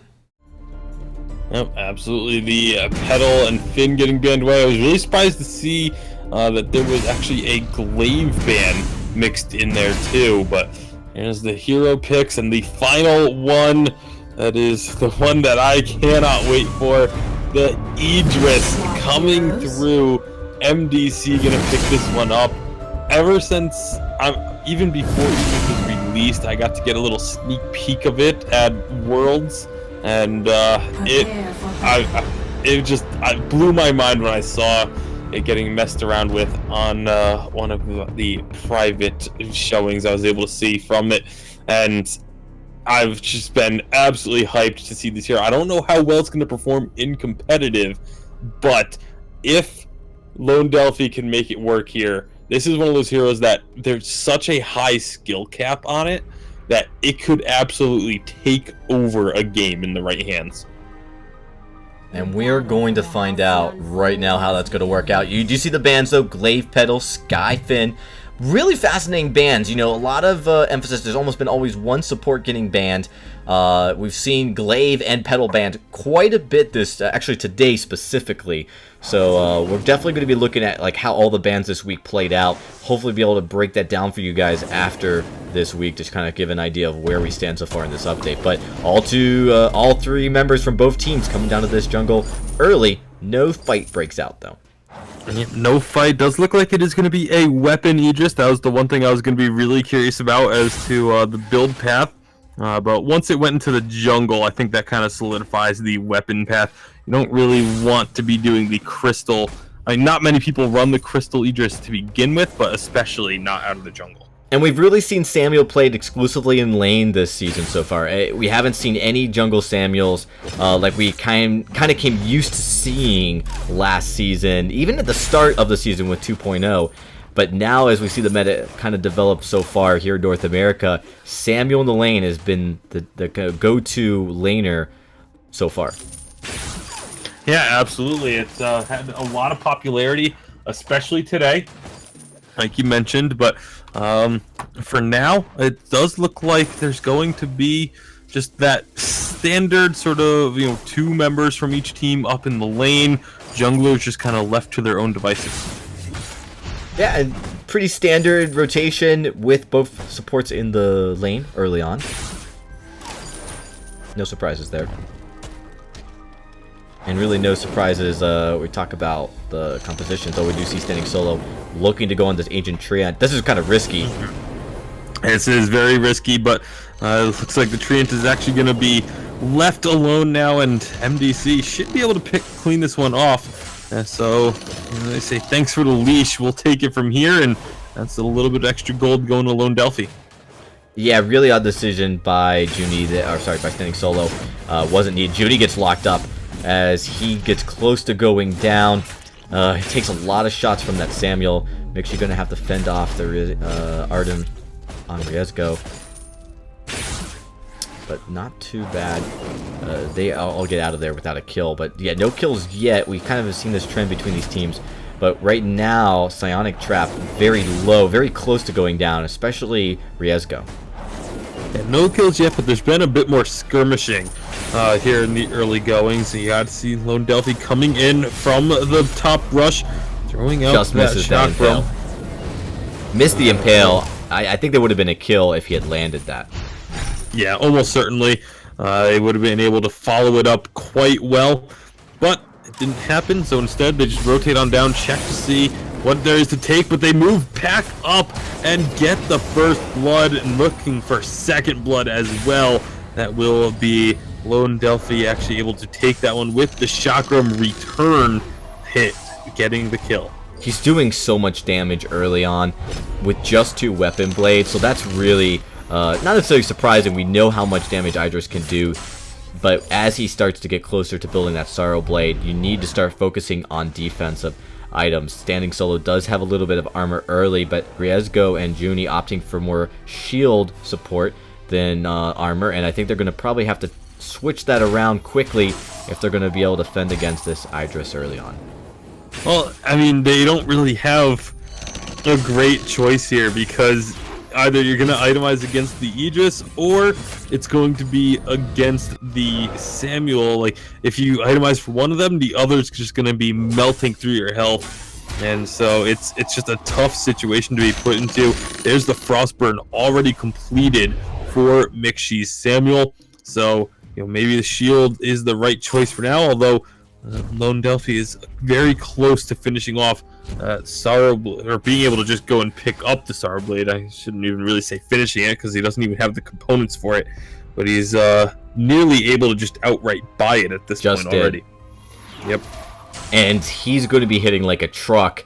You kind of actually starting to see a little bit. Now there's no more armor built yet, really, just shield.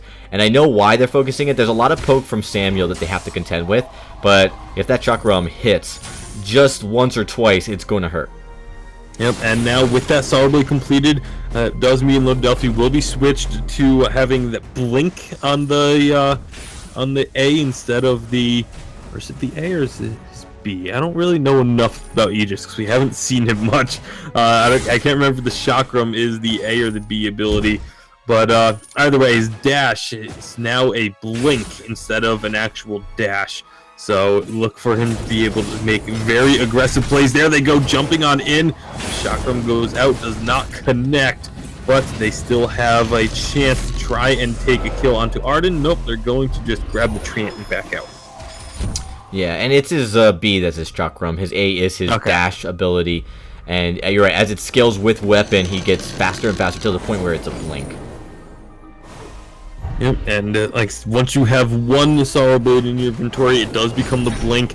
It makes you that sort of melee assassin type hero, as opposed to the Crystal Path, which really emphasizes in the range abilities of Idris. But it's going to be a heavy melee rush for the Idris. And again, I can't wait to see if we get those. He got caught.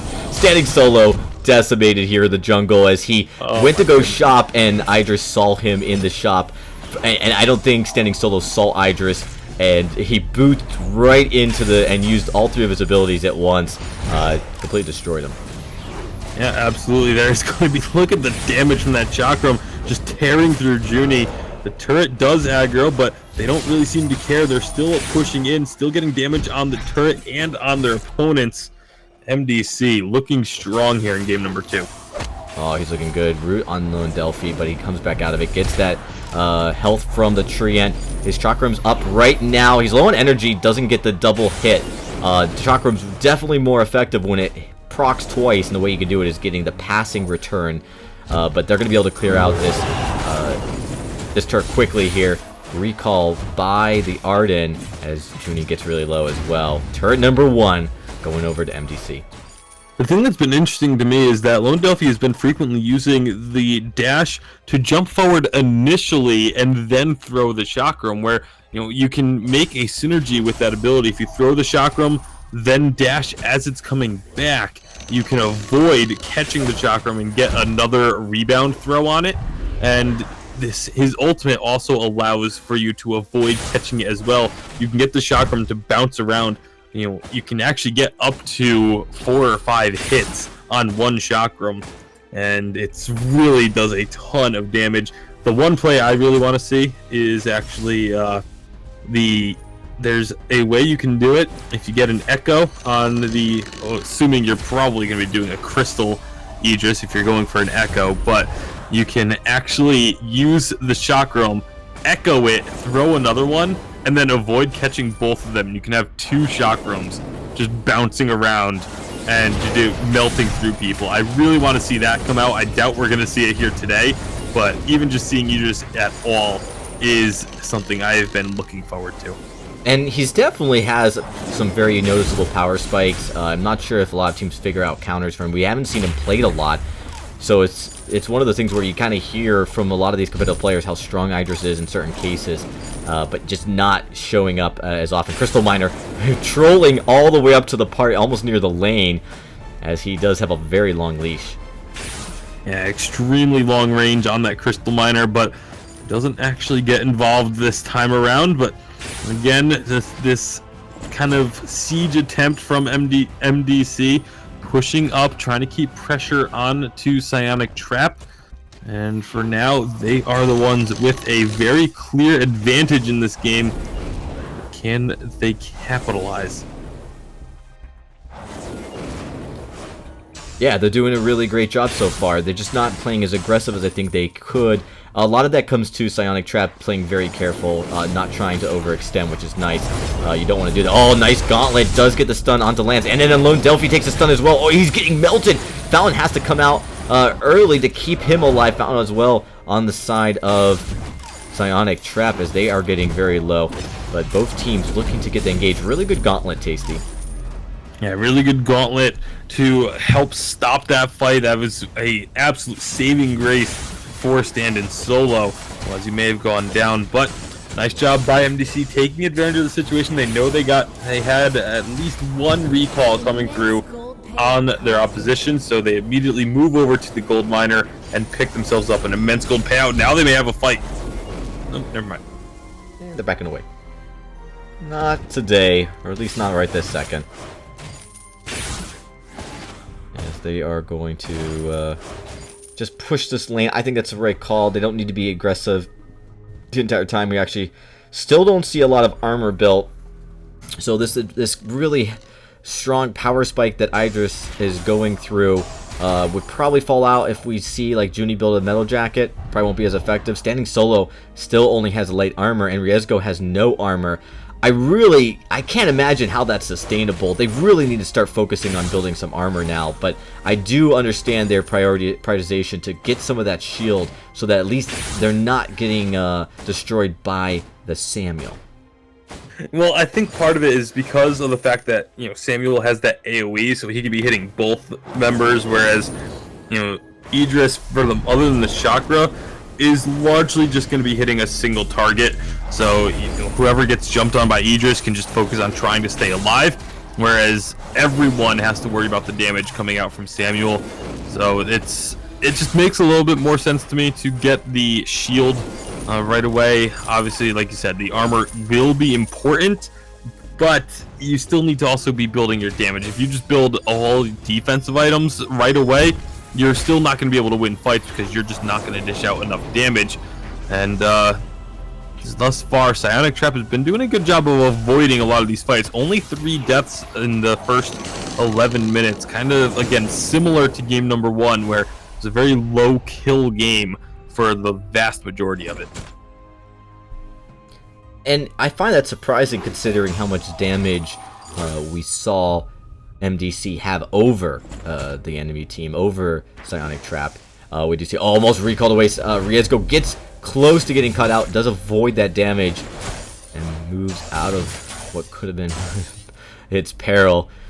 Lone Delphi and company pushing along down this lane. Hopefully to knock on the door of this last, or the second tier 2 turret. And here comes the drifting darkness. They're looking to go in. Riesgo does pull out the gauntlet, traps them all in. Reflex block Mixi to get out of there, and there's the blink to also escape some of that damage. Lone Delphi's very low. Fountain has to come out exceptionally early. The nick of the Solar Storm doesn't kill, but does hurt.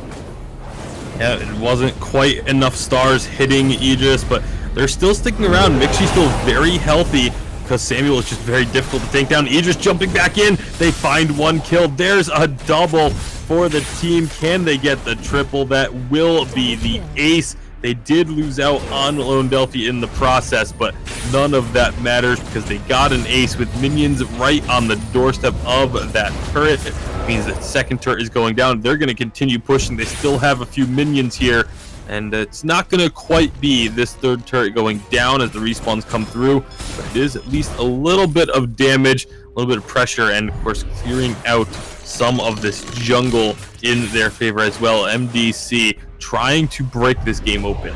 That's definitely MDC respecting Psionic Trap, because they could have tried to use that second wave of ace buff minions to push in, maybe take that turret down a little bit, but they understand the power spikes coming out of Standing Solar right now, as he's got Broken Myth, he's got Eve. Ringo has a Sorrow Blade and a Breaking Point, so if they were to overextend or stay a little bit too long and get caught out and go down, they really are not underestimating the ability for Psionic Trap to come back into this game, and I think that's really important. No, absolutely, and well, they still want to find a fight though, as they're still playing very aggressively. This is where they need to be. They need to be on their opponent's side of the map, not giving any breathing room to Psionic Trap. And Kraken is going to be coming up in a little under a minute. Trying to get this last gold miner before Kraken spawns. Looks like MDC will be actually, no, they almost give it up, or what? Aegis does take that last dip, but they're very, very low. They need to get out of here in order to avoid giving kills over, and they do exactly that. Nice job by MDC, grabbing the gold mine, getting out of harm's way. And I need to see them recall so that they can regroup a bit for this Kraken. And not really having to use too many of their actives. You do see Koldamik still has his Fountain of Renewal and his War Tread, so that's really important to get the gold mine. You take a little bit of damage, but you have patience and you're collective enough to know that you don't need to waste all of your actives to stay alive, as your positioning was solid. So Mixi takes a little bit of damage here in the lane as he clears out that wave of minions that were in front of his turret. Does so okay, he doesn't go down too far, and he's still battle ready. As we see, Junie does recall back. Oh, Standing Solo is going to have to boots out of there as he realized he got caught. Yeah, Standing Solo bootsing out there. Riesgo also very nearly getting hit by that Githian wall, but instead it is going to be them getting out safely.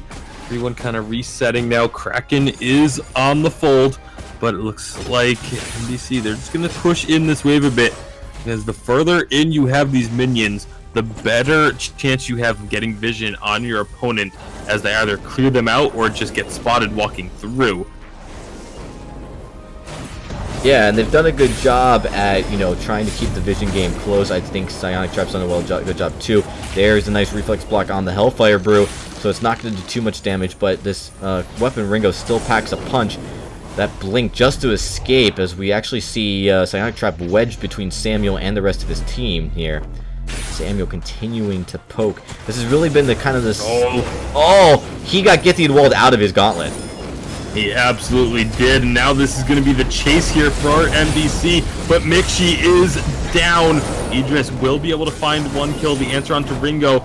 Ardent is very, very low, but they haven't really been able to do much to Celeste, but they immediately turn on to Celeste. Can't quite get the kill. It is just the two captains remaining, and this is very low for Ardent. Needs to be careful because one Impale connecting could spell his death, but now enough health has regen that neither one of these two are really going to be able to get the kill, so they just kind of back off and let this reset a little.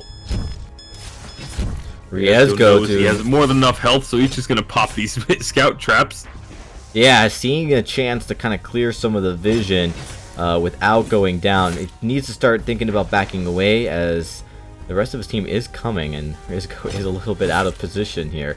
But he gets out of there. Okay, starts to recall back. Mixi does not launch a Malice of Verdict to try to stop that recall, but it does mean that they feel confident enough to start the Kraken. Yeah, they know that the enemy captain is not with the team because he just recalled. They know that means that there's going to be a little bit of time before anyone gets here. This is so risky, though, because here comes the Psionic Trap. Hellfire Brew gets thrown out. Gauntlet goes down. It does get a stun. Lone Delphi is hit up hard. He's going to get melted. He blinks. Oh, my goodness.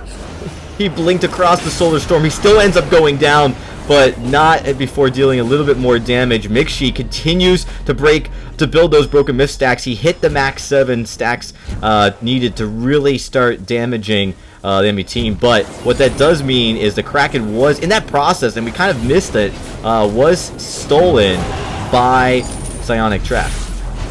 It was stolen by... I'm actually really upset that MDC didn't end up making the play off of that, because that was one of the best moves I have ever seen. Blinking over a Solar Storm. That was unbelievable from Lone Delphi. I'm kind of sad that he didn't actually get out of there alive as a result, but the Kraken getting stolen by Psionic Trap. They get 2 turrets off of it already. Kraken's going to be trying to get the 3rd, but there's not going to be enough damage there.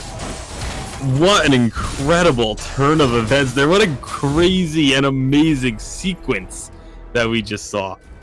Really, really close games here too, and that's just highlights. We're 2 games into this series, and we could easily go to a game 3. Although MDC did do a good job, I think, at the end of that team fight, not giving up an ace, so that we wouldn't see a push all the way into the Sanctuary. This is really important. MDC has a chance here to still take this game, but they've allowed Psionic Trap to stay in it. So Psionic Trap has to feel like they're in a good spot as well. A lot of good vision by Psionic Trap will make it difficult for MDC to just push here easily and surprise them. Yeah, and that fight was all started off extremely well thanks to the timing of getting that gauntlet directly onto Idris. It stunned him up and just allowed so much damage to come through. MDC just really did not have a chance to respond to it in time before Idris was down. And once one of these 2 carries is down, it's a much easier fight for the side of Psionic Trap. But now MDC again going to be pushing on up through the lane, just avoiding as much damage as they can. Hellfire Brew goes out, gets blocked. Helio's getting thrown all over the place by Celeste. MDC maybe going to be trying to go aggressive here, but they don't cut that much damage down. But now they have minions pushing up onto the turret. They may just look to siege up this turret. You can see the damage that Mixi is able to do. Idris able to do a lot of damage to the turret as well. They have to be careful that they don't take those turret shots or get stuck underneath the turret. His gauntlet is available once again. Yeah, and the Frostburn's been working well with Celeste. Standing Soul doing a good job as he lands that damage, getting able to slow it down. Oh, Riezgo gets stunned up. He's going to try to... Yeah, he does. He gauntlets over. Does get a nice stun onto the Idris, and we see Standing Solo popping those Heliogenesis on Lone Delphi to try to get some more damage onto him. Definitely well placed, but forcing him to use that gauntlet means that they won't be able to lock him in. Oh, Oblivion lands on all 3 members. It's a good chunk of damage. Lone Delphi just narrowly escapes death here. Almost below, he was below 50 health, which is extremely low, as he narrowly escapes. He's going to be recalling back right now to get out of this, but they do get the turret, so I would say mission accomplished for MDC. Yeah, absolutely. Mission accomplished. As soon as they knew that they had forced the recall and the healing time for the Ardent, they immediately went very aggressive onto that turret. Nearly cost Lone Delphi his life, but they were able to get the turret down. Getting that tier 3 is always so important Now the Kraken has respawned. We are getting into that territory where one team fight can win the game. Yeah, 21 minutes. It's one of the longer games we've had tonight. One of the longer games we've had this series. It looks like it's definitely going to be going a little bit longer. Both teams playing very well. It's very close. There is Riezgo getting caught. Oh, he's caught out. He's caught very badly, the Impale and the Gifting Wall, but they can't quite get the kill. He is going to be alive still. Didn't use any of his actives. That is some massive confidence from Riezgo to not use those items when he was completely caught out on his own. There comes the gauntlet. Confidence. Gauntlet goes down, will stun up Mixi, keeps Lone Delphi out of the fight. Lone Delphi is low, so now MDC still needs to be careful. Yeah, and everyone disengages. I don't think either team feels like they had the positioning they wanted. They weren't able to capitalize over the other team, especially as you start to see Psionic Trap disengaging to their Sanctuary. They feel a little bit more confident, and MDC starting to notice that, not wanting to chase them into it. They don't really have a composition that's great for chasing. They definitely have a better composition for retreating while still doing a lot of damage. So because of that, we see Psionic Trap, rightly so, not playing into the strengths of MDC so far. I think that's really what's caused this game to go so long. Yeah, I would not be surprised if we see MDC try and start up this Kraken again, because they know that the Gauntlet is down, but it looks like they want to just try and get this lane pushed up once more, clearing out this vision. Here we go, they're looking to go in. They get the stun onto Stand in Solo. Not quite going to be the kill yet, but there we go. Lots of damage. They do finally find that one. Solar Storm does go out, but doesn't get the kill. Now Ringo is in trouble, but they can't quite lock him down. Riezgo, though, will fall, and with two members down, Ringo just barely getting alive. I don't think they're going to worry too much about him. As soon as he tries to come out, he's just going to get impaled and stunned up. He does fall. That's an ace. That will be the game and the series for MDC, but a very impressive performance from Psionic Trap. I am very impressed. I think that everyone watching are surprised at how close Psionic Trap kept pace with MDC. Keep in mind, we are talking about the teams that are new, so even with MDC, they're probably still feeling things out. But Psionic Trap coming together here in short time and really showing, I think, a lot of people that they are not to be taken lightly. And I think MDC respecting them a lot here. As you see, they weren't overcommitting to fights, and they weren't overextending, knowing that this fight could easily go the other way. Yeah, absolutely. And I mean, both of these teams, very hard-fought battle. Psionic Trap, they were on the verge of turning this game around. All it would have taken is one more fight going their way, and they could have easily picked up the victory here. I do really hope that we get to see them again in the next split. I do as well. Well, with that, everybody, it does conclude our broadcast for tonight. It's been a really exciting time here as we're getting pretty late here on the East Coast. But for everybody watching, I hope you came in and enjoyed the games you saw here as we conclude the round of 16. What that means now as we look ahead, as the bracket starts to form, is the final 8 teams making their way, and we are finally starting to see what that is going to look like. Team Solo Mid starting off the round of 8. It's going to start next week in the quarterfinals, facing Team Exertion, who we didn't get to see streamed as they played Infinity Rebirth, but they did take it 2-0 as they're looking to come in here hot. Kinetic going against Hammer's Velocity. It's a rematch between a team against their former organization, as Kinetic, the members from the old Hammer's Velocity, face the new Hammer's Velocity, who are starting all over. We're starting all over Chicken. And that is going to be, also T-Tiger, sorry about that. That is going to be an exciting matchup as well. Gangstar Sirius with a brand new roster going up against the young talent from Level 8. And Cloud9 facing MDC. This is really turning into an exciting tournament here on the phone. And we're really excited that everyone's been tuning in to watch it. With that, though, Tasty, any final words? Just looking forward to those games coming up next week. We had a couple of really great games, a couple of really great series here in the first round, but Now that we've narrowed the field down, cut it in half, the games are only going to get more and more intense as we go along. That they will. We're really excited to get into the quarterfinals, so make sure you guys tune in. We're going to be going live on Tuesday at the same time at 5 p.m. Pacific. Make sure you guys tune in to then, mark your calendar, and make sure you follow us on Twitter for all the latest news and updates. We'll see you then. Good night.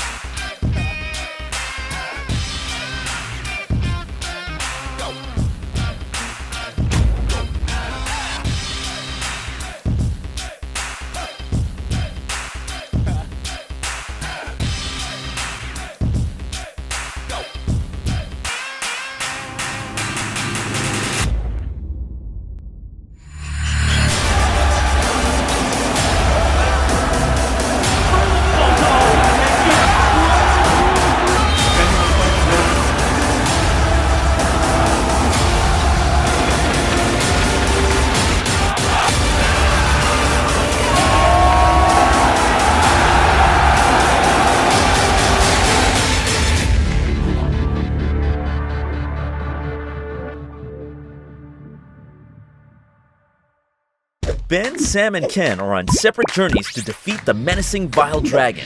But let's just say luck isn't on their side. If only there was a way for them to find each other and band together. Well, that's why there's Band. It's a mobile app that allows people to come together using common interests.